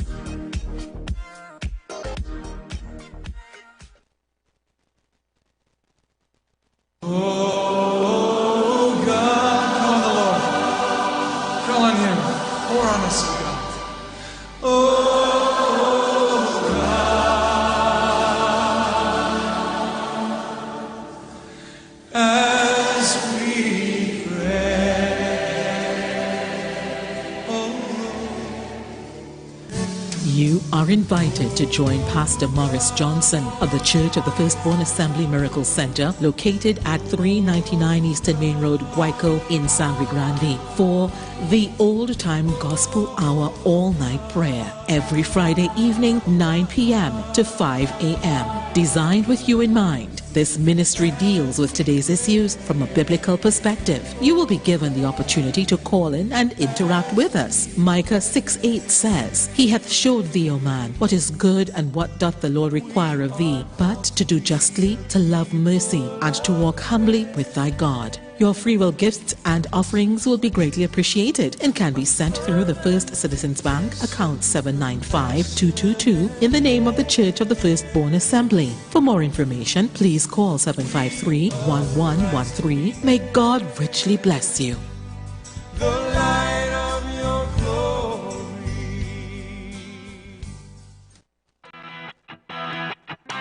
Renting a car in Tobago should be quick, affordable, and easy. Wow. Here at Onia Rentals, we make the process as simple as possible by using our easy e-sign-up. Yep, we can sign you up from just about anywhere using our tablets. See? All done. And everything goes straight into the cloud. Yeah, you're on your way. Are you coming to Tobago? Book your car rental with us and enjoy the most affordable rates in Tobago. But hurry, because cars go pretty fast. Call 361-1042. That's 361-1042.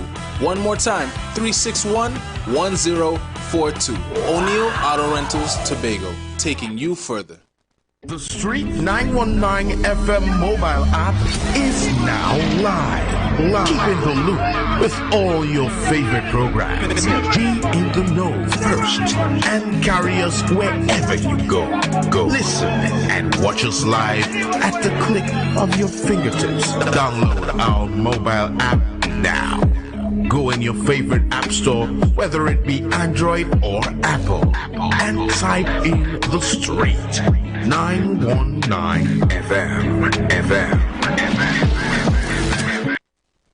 If you want greater respect from your bankers, bosses, those in authority, then words matter. If you want more productive business relationships with co-workers, customers, or clients, then join Dr. Madonna on The Street 919 FM every Monday 11 a.m. to 12 noon for Words Matter. Communication for joyful workplaces. Dr. Madonna will help you unlock the secret power of words for your financial, relationship, and physical well-being. Whether you work at home, on the road, or in an organization, join Dr. Madonna every Monday 11 a.m. to 12 noon for Words Matter. Communication for joyful workplaces.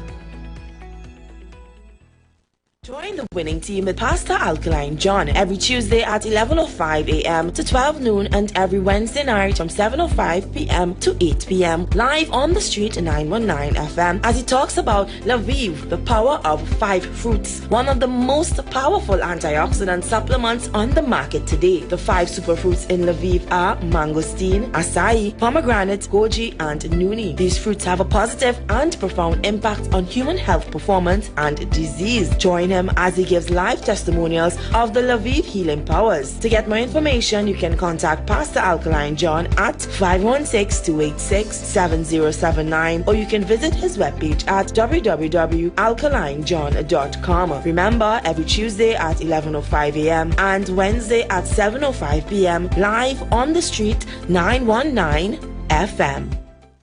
This is Natural Health Solution, where we offer a range of holistic services. Or HemoView, which is a deep dive into blood detection, both live and dry assessment, or BioResonance full body assessment, or full body lymphatic detoxification, or physical therapies include back, neck, and shoulder massage, sciatic nerve compression, and more. Our new beauty line includes both facial, mole and tag removal, and much more. Join us every Tuesday at 8:05 to 8:35 right here on The Street 91.9. Call our numbers is 222-2189. That number again is 222-2189.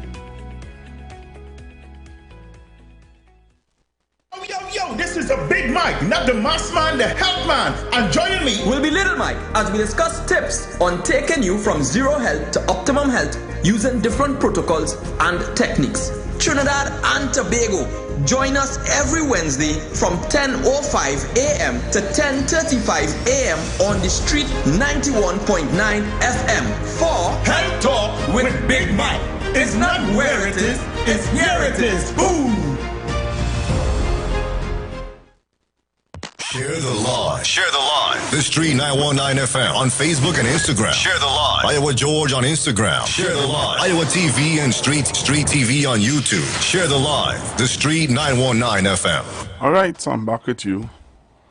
I see somebody saying I ask a stupid question. I'm asking a stupid question. I know why I wanted to ask the Prime Minister that question, because I know that he would have explained the history of it for me. Hello, good afternoon. Pastor Google. Hi. Why are you afraid to ask the Prime Minister the question? Pardon? You're afraid to ask him? No, I didn't afraid to ask, but I explained. Wait, just now. I explained why I understand what you mean, darling. I understand fully well what you mean. I'm just fixing up, right? But hear this. The lady was sitting next to you. The first person who started to ask questions. Yeah. You know, taking Dr. Rowley well good? Yes. Yes. Pastor Google, it's not easy, you know. Yeah, when she asked him, she would have asked him about why it is he choose now to put a minister in the ministry, and she made it appear as though that ministry never had a minister in the Ministry of National Security, and he would have given her the history of all the persons he had there. Pastor Google, he back a technical kind of thing, she might himself catch it yet. You know what I'm telling you about? Pastor Google, you have to be swift on the job with the Prime Minister of Trinidad and Tobago. Pastor Google, I wanted to tell you, who is the person out of the air now? No, that is the guy he's talking about. The guys he's talking about is on the ground report. It's so long ago that I say talking about people. You hear them out long time, man. You understand me? Yes. Yeah. But I love you because Pastor Google asking Doc, and this is the second time I've taken that lady. I'm not really familiar with her, right? Yeah. She always the first person to ask question, and the question she's want to ask Dr. Early, ma'am, be careful how you asking question. I tell you, put you that kind of thing there, she must himself catch it, but I catch it, right? Yeah. And I was looking at you only have a big smile on your face. I said, look, Pastor Google. Look, Pastor Google. Pastor Google, have a good one on a productive weekend with you, right? Thank you very much. Okay. Thank you very much. Yeah, so I wanted to ask that question because I know that he would have given the history. I wasn't asking the question for asking its sake, you know. I was asking it because I know that he would have explained about the Atlantic LNG train 1, 2, and 3, I believe it's 4 and 5. But he would have explained all of that. And he would have explained why we are now a gas economy. And he would have explained, you know, the difficulty with the oil. And how much oil and there was one time in the press conference he'd have explained that when you drill for oil, it's not like if you could go back and drill there again. You know? So I wanted to ask him that question. And I also wanted to ask him a question along the lines of this video. So I want you all to listen carefully. Alright? I want you all to listen carefully to this video. So come on the live, join me on Facebook and on YouTube. Alright, I'm live on Facebook and on YouTube. Take a listen to this. Take a listen to this. So even though some people might think it's a stupid question, there's a reason why I wanted to ask it, because I know he would give the history. When Dr. Rowley answers a question, she tries his best to give you a proper historical background of something.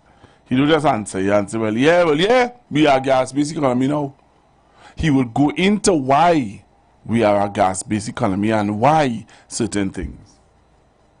So the person who think that it was a stupid question, well, that's your right to believe so. Cool. Right? Cool. So let me show you this video. I want you to look at this video and let me come back into the discussion. Energy Minister Stuart Young today signed a 20-year natural gas production and exploration agreement for the Coquina Manikin field. Meanwhile, Dr. Eduardo Pereira, founder of the International Energy Law Advisory Group, says a proper review of the Petrotrade refinery needs to be conducted before investors are brought in. Andrea Perez-Zobas tells us more in tonight's Business Watch.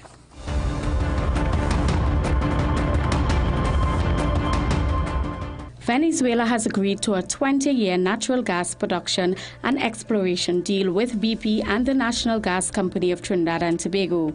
At the signing ceremony, which took place earlier today in Venezuela, Energy Minister Stuart Young says it is a historic moment and thanked the Venezuelan oil minister and his team for making today possible. Young also praised Venezuelan President Nicolas Maduro for ensuring the Coquina Manikin agreement happened. This means 25% of production will supply Trinidad's petrochemical sector, while the rest will feed the TNT's LNG industry. The field will reportedly produce an estimated 400 million cubic feet per day. The Petrotrins refinery has been the center of attention over the past few weeks, with new bidders being disclosed.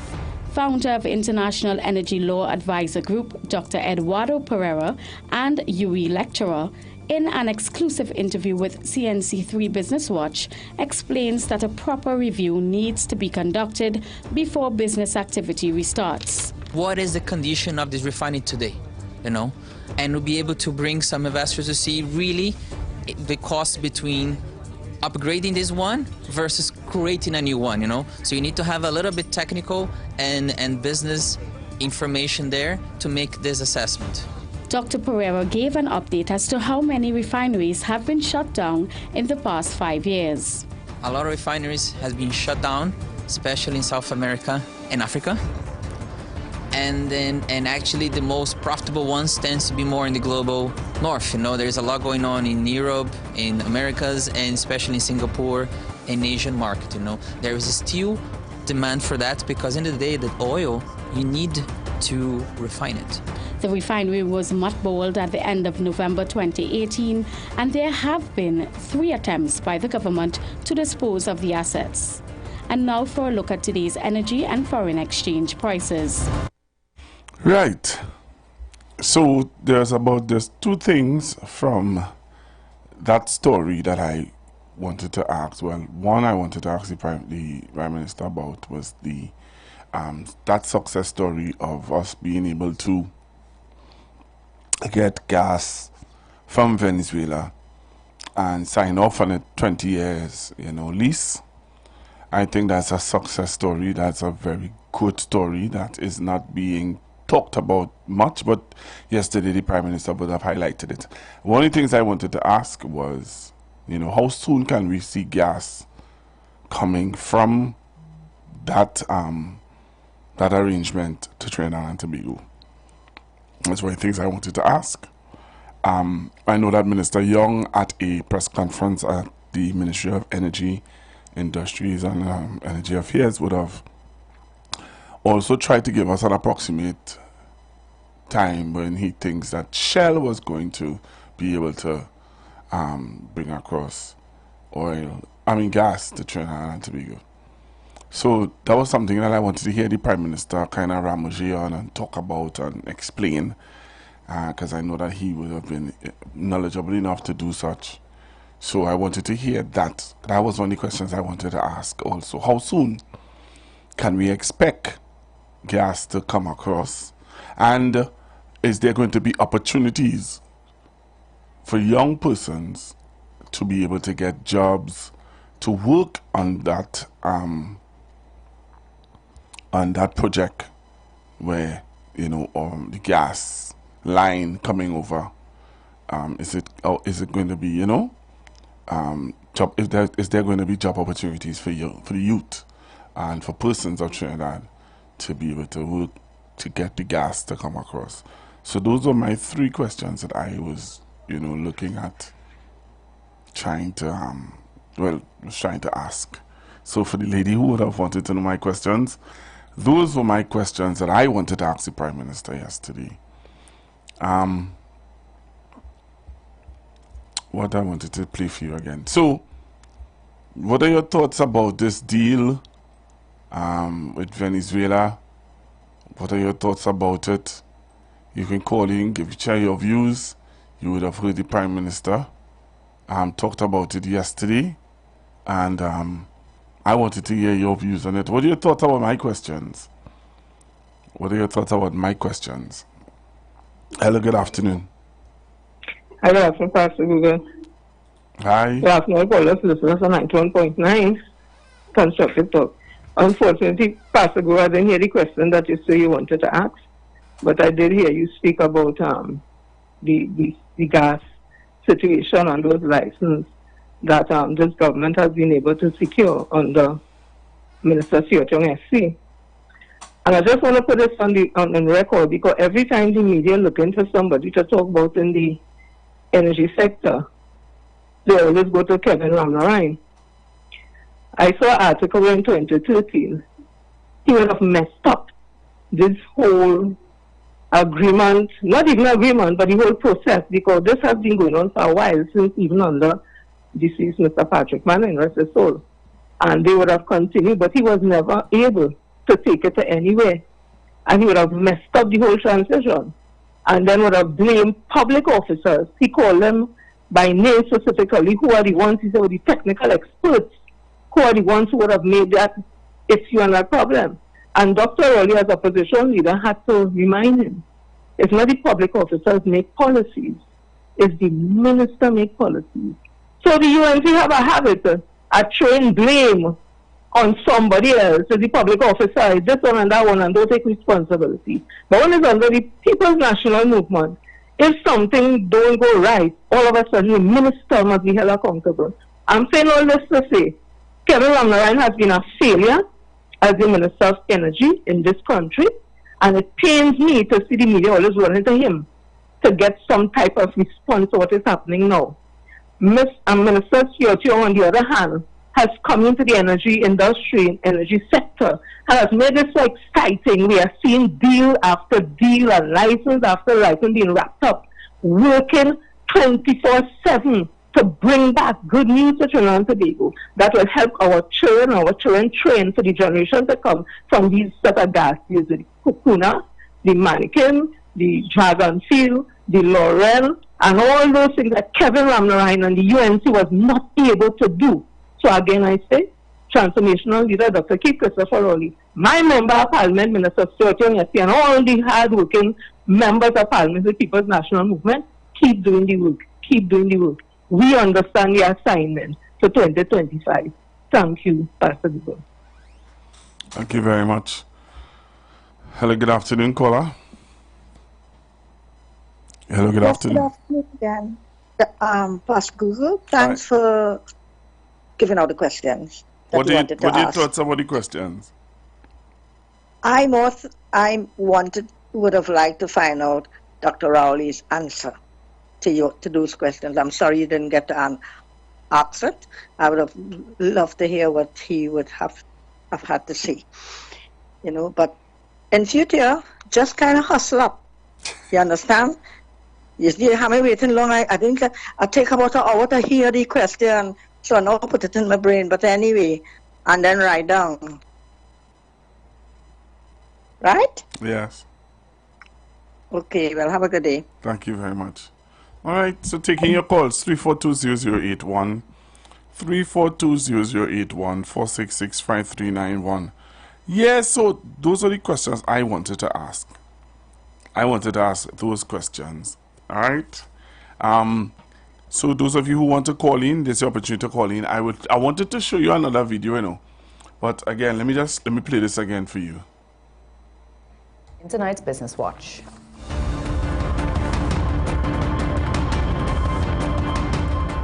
Venezuela has agreed to a 20-year natural gas production and exploration deal with BP and the National Gas Company of Trinidad and Tobago.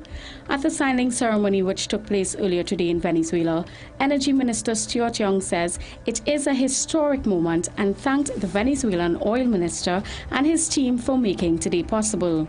Young also praised Venezuelan President Nicolas Maduro for ensuring the Coquina-Mannequin agreement happened. This means 25% of production will supply Trinidad's petrochemical sector, while the rest will feed the TNT's LNG industry.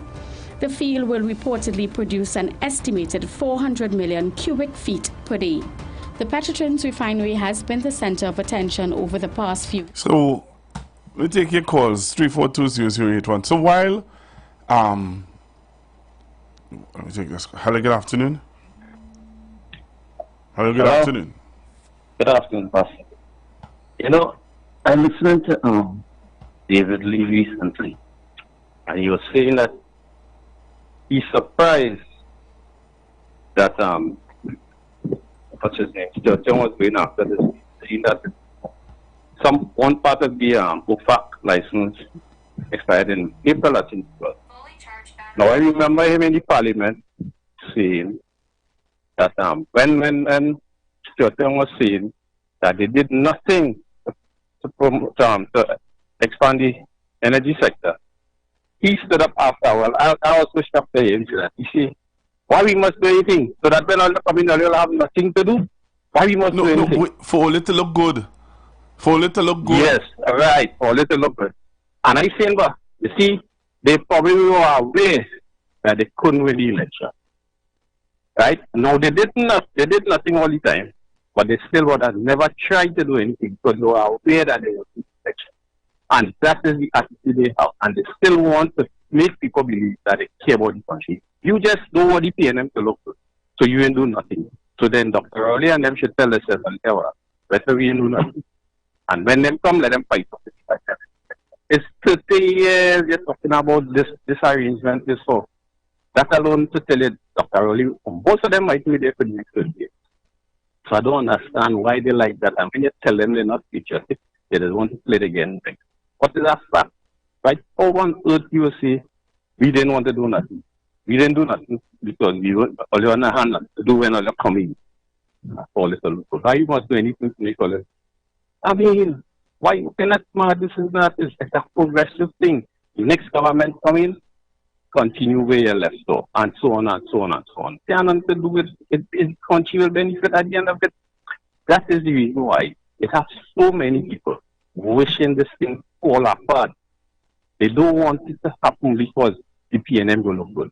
And then all it is concerned about it is they're studying how the country will look good in.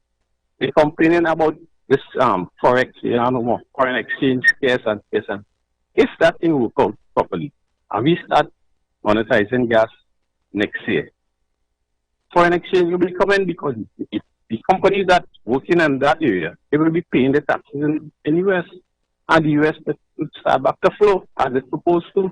But they sit down, put their hands under their lap, and just waiting to see what will happen next. And wishing most of all that these things fall apart. I mean, the kind of sometimes even the supporters, when you look at the comments on Facebook and all these things, like they're just wishing this thing fell apart. I just don't understand this at all. It's Trinidad and Tobago beneficiaries at the end of it. In spite of what happened, whoever make the deal, whatever happens, it is going to be Trinidad. And they always have to do first. Thank you, Pastor. Thank you very much. And listen to what one of their past colleagues have to say about them. One of their past colleagues said it very good in caller, but I'll take this call before. Hello, good afternoon. Good afternoon. You know, IWER TV, this, by 2026, 2027, we are supposed to have gas. That means our economy is supposed to be moving. Because the same people, they were asking the Prime Minister, is the country broken? Is the country bankrupt? Why would they ask that question? They know if I ain't collect my property tax, and if my oil revenues go down, they know exactly what is going to happen to the state of the economy. So that's their intention to see if they could. That's what they did when they were leaving office. You know, if they leave me with a downturn economy in a recession, what do you expect, Pastor Google? But if you leave me in a recession, why do you think you'll be calling and saying, what is the state of the economy? Do we have money? Because they know what they did. And if this is to pull off, let me point out, everybody making noise about US and US. I've seen a car dealer. Toyota just built a new, cheapest Toyota van that they just built. But for 12,000. This car dealer brought in 2 of these vehicles, or 3 of these vehicles, or some of these vehicles. This requires US. Hear what he said to the consumers. But they know US expensive. I pay him 10 to 1 or how much to 1. It is a vehicle. So why will I take my US money to buy a car that we can't eat? And if I close down that, if I stop with that fella in the US, which is more important, motorcars or food? We gotta get priorities straight. Pastor, go bring it. Right, so let me show for you all the video of what one of their former colleagues had to say. Dr. Rowley, while he was in opposition and when he was Prime Minister, has taken very progressive steps to try and advance the energy portfolio of this country and to take steps to meet with the multinational corporations. And you don't see, what I could say objectively is that I don't see, right, I was a member of the opposition in the Senate, right, and it is a shame for me to say that this kind of development is going on. All you could hear from the opposition is criticism, criticism, criticism, not a plan of how we could do it better, what arrangements we would have had, what we would have done, how we could have accomplished this, right? Or anything, any idea to bring on the table and say, well, you know, the government has said they're going to do this, but perhaps they should consider this. Have you heard that from anybody? Okay. You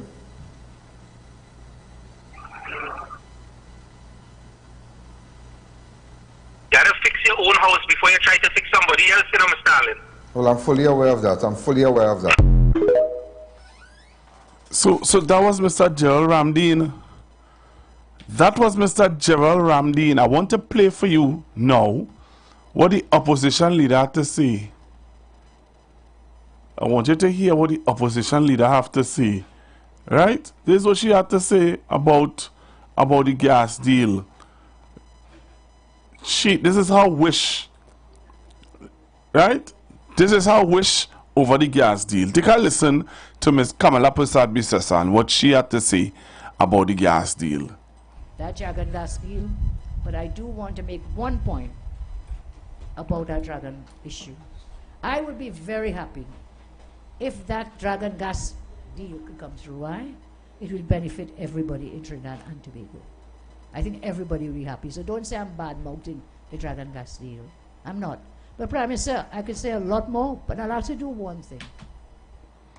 You hear what she said? Look, only leave me alone, eh? Hello, good afternoon. Good afternoon to you, Pastor Google. Good afternoon, sir. Afternoon to your listeners and callers. The caller before Barataria spoke. I would like to kindly tell him, it is not that David Lee, I heard what David Lee said as well in the Parliament, but the real thing is, they could not even negotiate for a lime. They could not even negotiate for a lime because what they negotiated with the upstreamers was to not give us 5 cents until 2024. You understand? Nothing at all. Absolutely. They could not negotiate this. These arrangements for the dragon deal, the Manatee field, the Coquina field, they could not have done that. They have nothing to show. Ram Narayan has absolutely nothing to show for the years that he was Minister of Energy. Absolutely nothing. They were not able to negotiate anything at all. What did they negotiate? It's not that they couldn't negotiate and didn't want to. They could not. They didn't know how to. You understand? And they still don't know. When Kamala Prasad Bisasan went away and she met them and she wasn't she 90? She didn't know what to do. Where did Ram Narayan go to negotiate with anybody, with the upstreamers? Where did he go? He didn't know what to do either. None of them knew what to do. It's not a matter of, oh, they left it, they didn't want the PNM to look good. They did not know what to do.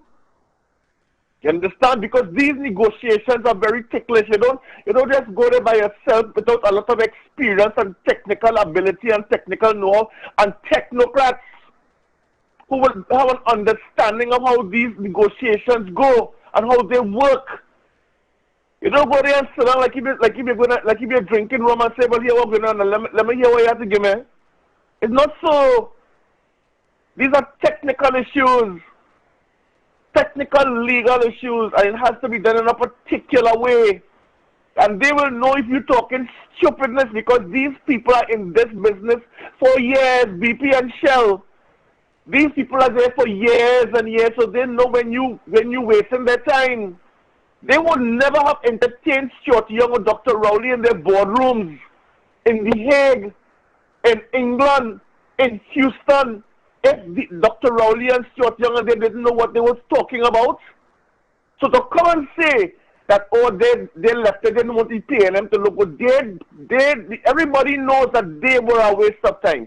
You remember what the President of the United States said when they went to Howard University to receive their doctorates and so on? Because he had heard about Dr. Rowley before. He would have heard about him and he would have said, I would like to talk with you, because he understood that this was the man who was making these negotiations with these prominent people. They're not working for 10 cents a day, They're working for real money. And therefore, these negotiations would have been extremely technical, as I said before, and extremely important for our future. The UNC has brought absolutely nothing to the table except how to thief. Nothing else. Thank you. All right, thank you very much. Hello, good afternoon. Good afternoon, Pastor Google. Hi, good afternoon. Good program. Pastor Google, Brian who now speaking. Brian, know what he say? Brian, when then people go to negotiate, it's 2 for 1. Cokes, 1 shot of punching. Then we negotiating. Brian, you talking? Well, you don't know. Brian, let me tell you something. So wait, just now. You telling me is that when these people go to negotiate on behalf of our country, Trinidad and Tobago, for you, for me, for my son, for my daughter, for we children, you say to me that I tell you, Brian, come and say we don't know. When you go to negotiate, meet me by Coral River. Corey? Yes. What you mean? Come now, man. You want China? Yeah, I do that stays good. That is negotiate. You come and talk what you don't know. Talk what you know, Brian. Brian, there was never for country, Brian. Some of them could just call a plane and fly out. And fly out, Brian. That has nothing to do with me. That is what the supporters have to understand. Them could pick up and go and they will still love Kamala and kiss. And you know she say that all until she dressed still. So we're taking 2 hours pie. Right? Shut up punching. We want vodka. Vodka that says good enough. Come. What was untidy deal? Come by Fernandez. Hey, yeah, stand fine. What better? Wait now. I want for you. We listen now. Pastor Google, I want to big up the passport office. Okay. Hey, listen to that there. Go ahead. Wait now, man. I went in there 9:45. I walk up to a lady. I said, ma'am, I come to get reading my passport. She said, mister, you have an appointment? So yeah, man, I said, ma'am, I nothing to the phone thing, you know. She watched me. And she said, go up to that thing. Go and ask for her phone. She went and talk to her, mister. I went in there 9:45. Pastor Google, by 12 o'clock, I was going back in the car key for my car. I want to big them up. And also the MTS guards there, because while I was waiting, I see the MTS guard holding old people's hand. So it's not just the passport people in the office, the MTS people who mopping, I see they holding old man hand and them old woman hand. So I want to big up the passport office. I ain't get no name. The woman helped me fill out my form, right? I went in there minister 10, 9:45, and by minister 12, they called me to tell me when to come for my passport. So I want to, because you know when they do wrong, I call it in. So I want to big up the passport office and also the MTS guard, MTS cleaners, because they ain't just mopping alone. They're helping the old people. Pastor Google, have a blessed weekend. Thank you very much. And I also wanted to highlight a video.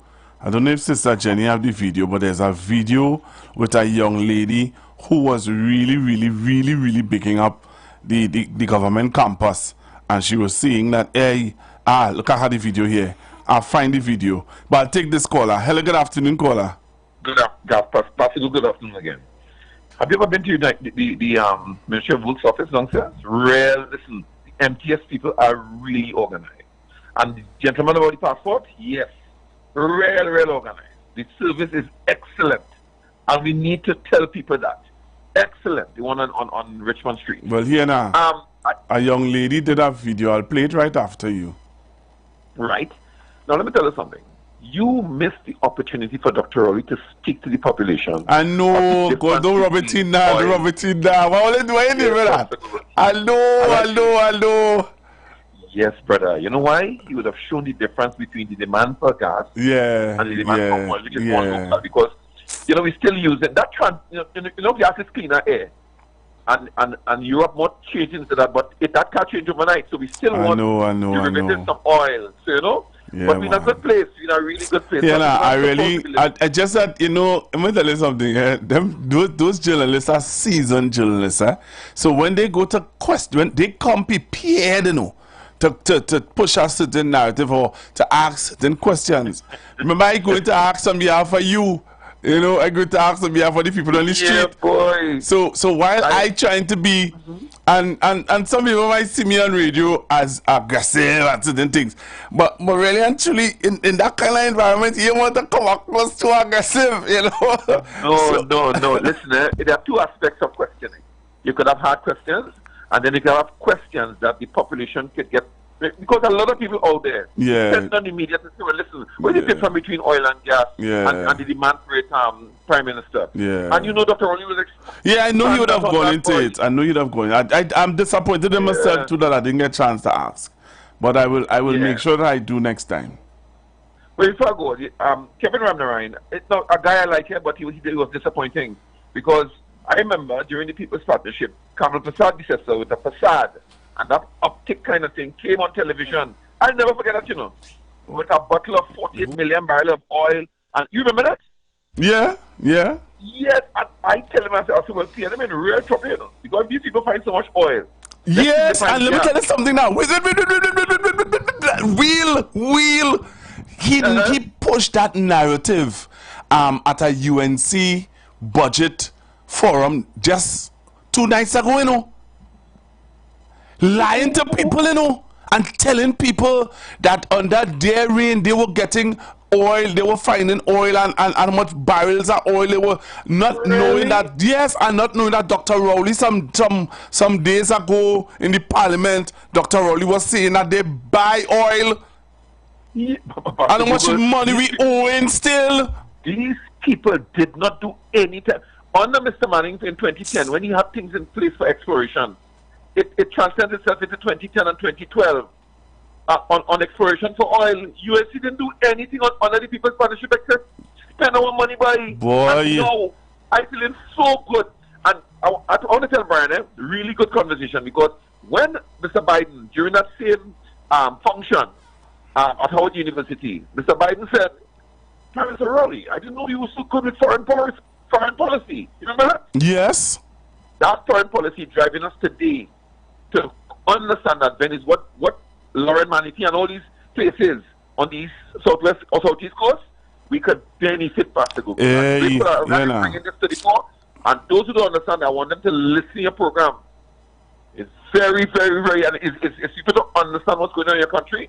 And something you said before, employment opportunities. You will not believe how much companies, they call them service providers, will be there to go off. And that is what I wanted the Prime Minister to say yesterday. What are the employment opportunities for young people? It's wide, it's massive, it's this, it's that. There's a lot of companies that are involved in rigging a lot of things. But anyhow, good program, and Trinidadian, Mr. Chance said something this morning. Everything is not about politics, it's about policy.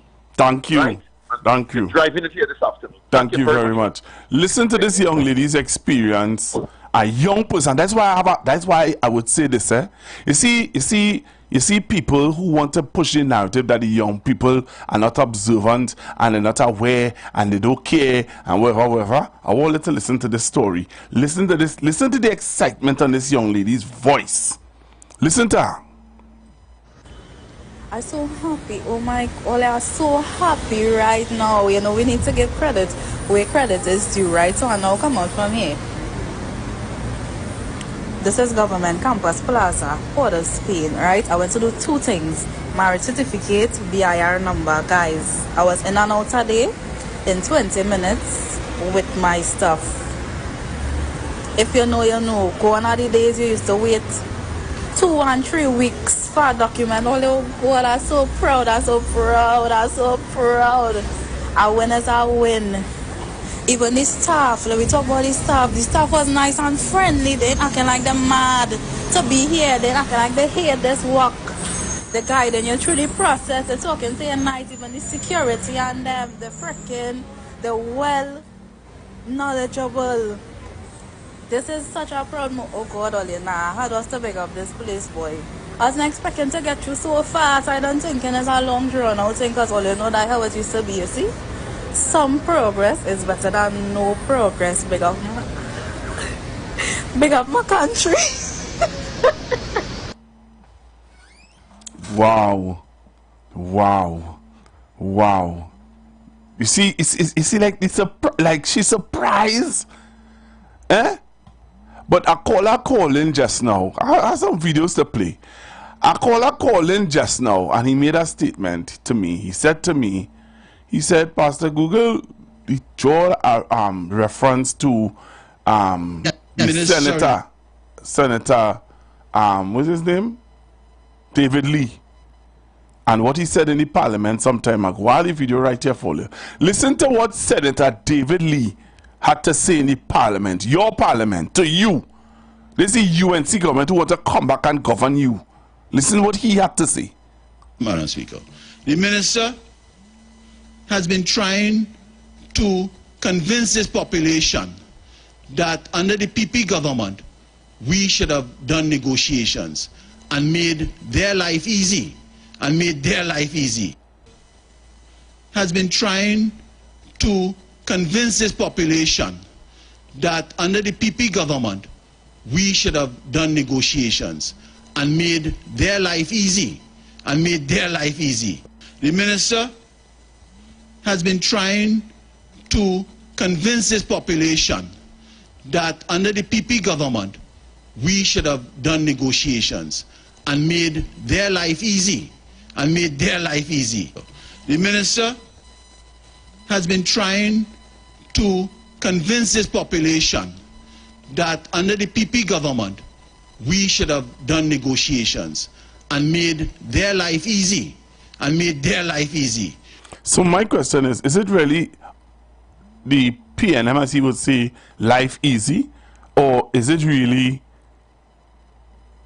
what it's really about? Or making our life easy as a nation? Because it's all of us, he included.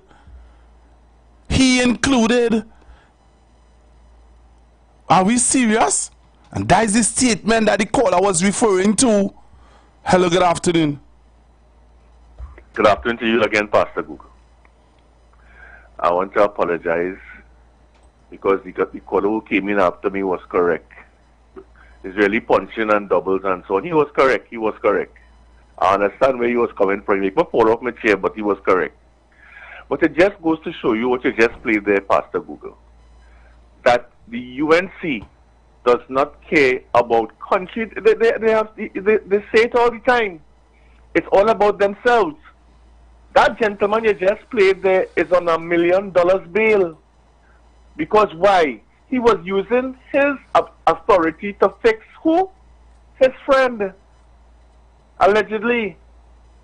You understand? So therefore, at the end of the day, we see what, you see, it's those who don't want to see are the ones we have to be concerned about. But not that they're not seeing, but they're turning a blind eye and pretending to not see. Because sometimes, even on certain talk shows, the ignorance that you hear, the stupidity that you hear, you want to know where these people live in. Either living in the same country as you and I. We have been duped for long enough. For 5 years, 3 months and 14 days is enough. Enough. Pastor, the then opposition leader was not even aware of the percentage ownership we had in trains 1 and train 4. If you don't even know what it is you own in your own country and you are the leader of the country, how can you negotiate anything about oil or gas? How can you? You don't even know what was the percentage ownership we had in those trains. But how can you negotiate on our behalf? You have to go with knowledge. And if you're going to go with technocrats, as I said before, and therein lies the problems. When Ram Narayan came on, Ram Narayan knew absolutely nothing. David Lee knows nothing. David Lee knows, I have never seen David Lee in Point Up here. I have never seen David Lee walk the streets of Point Up here. You understand? So when David Lee talks, because he is given this what do you call it, this portfolio by the opposition leader, he is attempting to learn on the run. And he still doesn't understand. They believe it's 5 cents to run the refinery. I was trying on this morning on Sharon Felix's show, I was attempting to tell people how much money it takes a day in crude oil to supply the refinery. And that is why we need people with very deep pockets.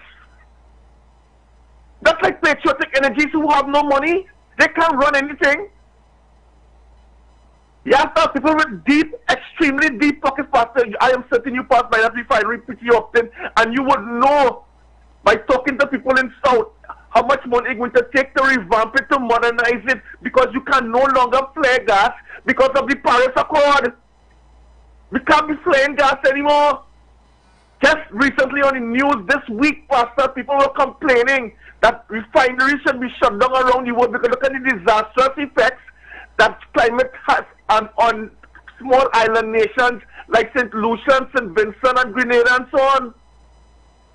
So to come back now to open back that refinery as it is, that cannot happen because we are signed on, we are signatories to the Paris Accord. And people must understand these things. You cannot go and do things just so in a vacuum. You must know who you're talking to and who you're dealing with. All right. Thank you. Thank you very much.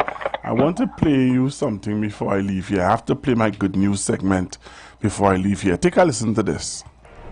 Listen, startup funding can be the hardest thing in the world. So, if you are a business owner or someone who is looking to start a business, then listen up because this video is for you. Have you ever heard of the SEED grant?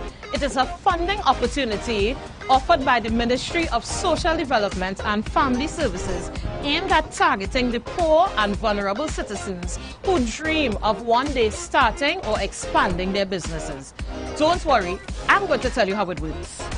The SEED grant provides a total of $15,000 in goods and equipment to establish and expand a micro business and provision for up to $7,500 to facilitate skills training at a recognized or accredited institution. Here's how you can apply.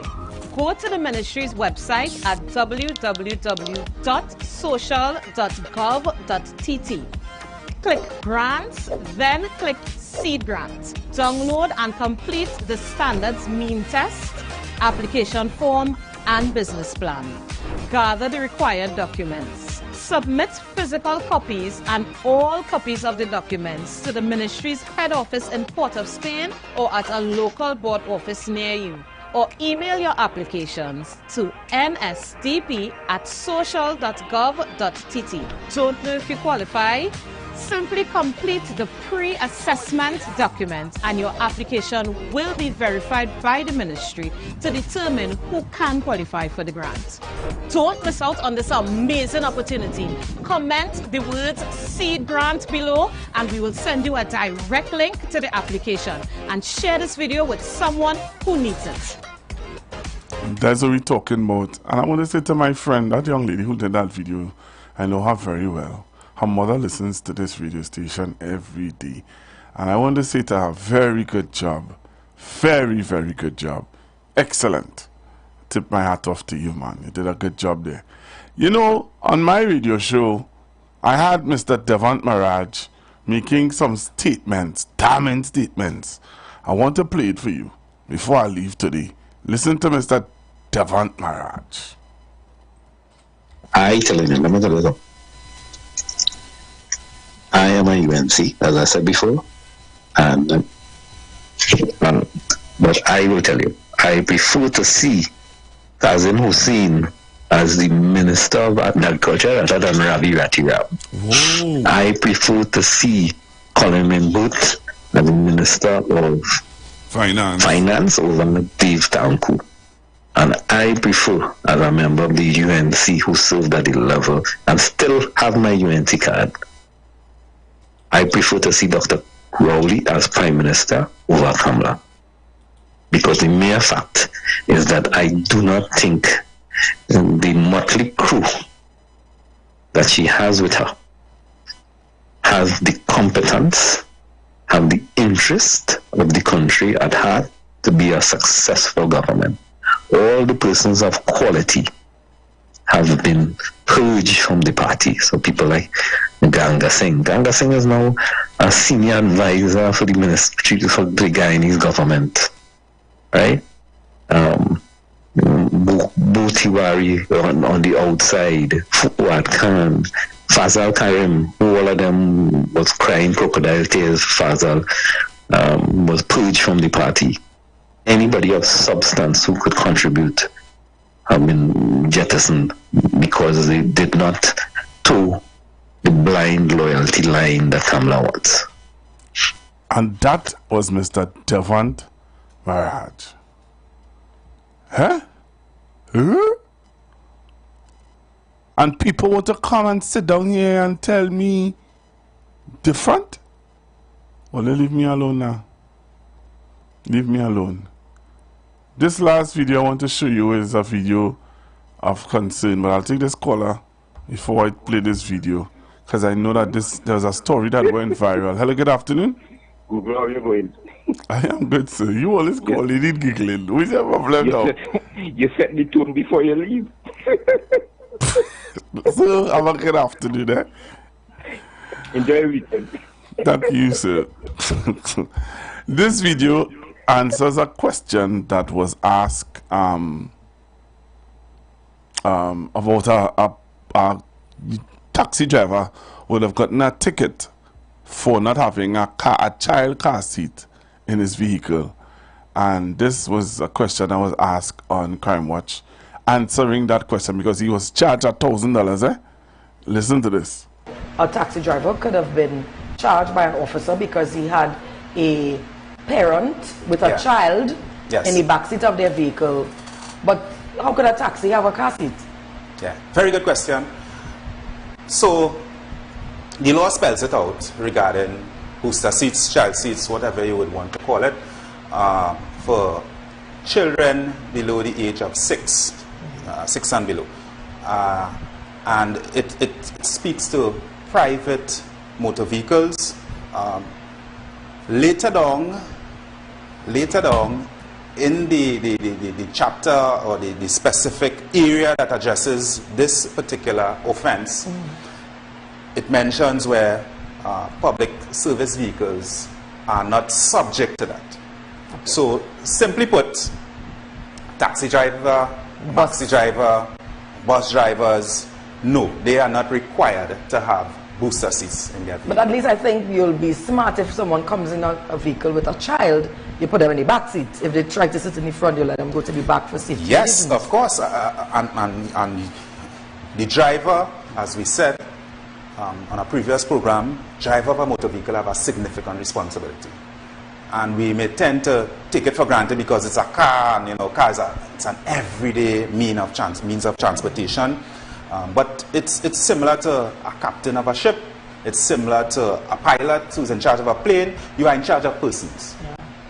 And if you are in charge of persons, then you need to take charge of persons. In that, you determine for their safety how you manage your situation in terms of transporting them from one area to the next. Yes. So it is very, very important, and we would ask persons to be assertive where that is concerned, because there are some persons who they may be a little more concerned with making a dollar as opposed to ensuring that, yes.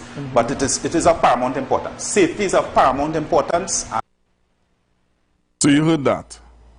Because, I had to play that because there was this, I don't know how many of you would have seen it, but there was this situation with a taxi driver who was charged $1,000 for not having a car seat. And that was a big thing. I would have heard it on several other radio programs. Young people were calling in and saying, what kind of man thing is that? How you expect the man to have a car seat? And that was happening. Alright, we're coming down to the end of the program. Let me take some of your calls on 342-0081-466-5391. I'm taking your calls for you to tell me what are your thoughts about today's program. Hello, good afternoon. Hello, good afternoon. All right, you're not there. Hello, good afternoon. Hello, good afternoon to you, Pastor Google. Jesus. Let me say publicly, thank you for reaching out to me and letting me know that the video that I played was not a lie per se, but it was a video that was an old video. Yes. And if I had listened to it, well, I wasn't really. But thanks again. No, Pastor Google. There's people right now, and that ain't come from here. That come from United States of America. They're professional about it. They take David and they cut him very good. I mean, they cut David. They were more very good. And it was very good. But it is. I know that it looks so professional. It looks so professional. He has carried the evening news on the ABC. He's a very good journalist. He has go places where no men go. He has go in Gaza. He has go all over the world. He has interviewed Big Five was supposed to be, and he's the ABC support the Democrat and them promote Democrat agenda. But I like he journalist and I support him. I follow him on all picture. I have him on IG. I have him on X.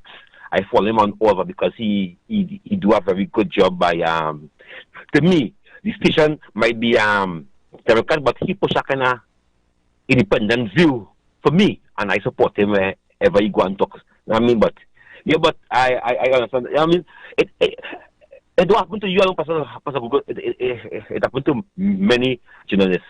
So that's nothing to be thinking about. I mean, sometimes they get information because your source send you something, and you have confidence in your source so much that you just play the source. Because when they ask, I did not jump by, he didn't check the check. He say, well, my accountants, maybe check, and I believe in my accountants and them, so I really watch. Hello, you know the time cutting down. You know the time cutting off on you here now. Yeah, no. So have a good weekend. You have a good weekend, right? Yeah. Thanks again, eh? Thanks. Jesus Christ. Let me say happy birthday to a young lady, Donna Fee. On Sunday is going to be your birthday, so I'm playing this song for you. Yeah. Life. So to Miss Donna Fee, happy birthday to you, young lady.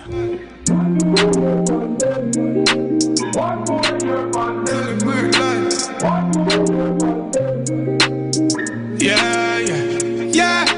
Happy birthday, yeah, my friend. Yeah. One more year on them. Yeah. Go on a vibe. Give thanks for life. Next year we doing it again. Yeah. Happy birthday, yeah, my friend. Whoa. One more year on them. Yeah. More life to you, cause we there till the end.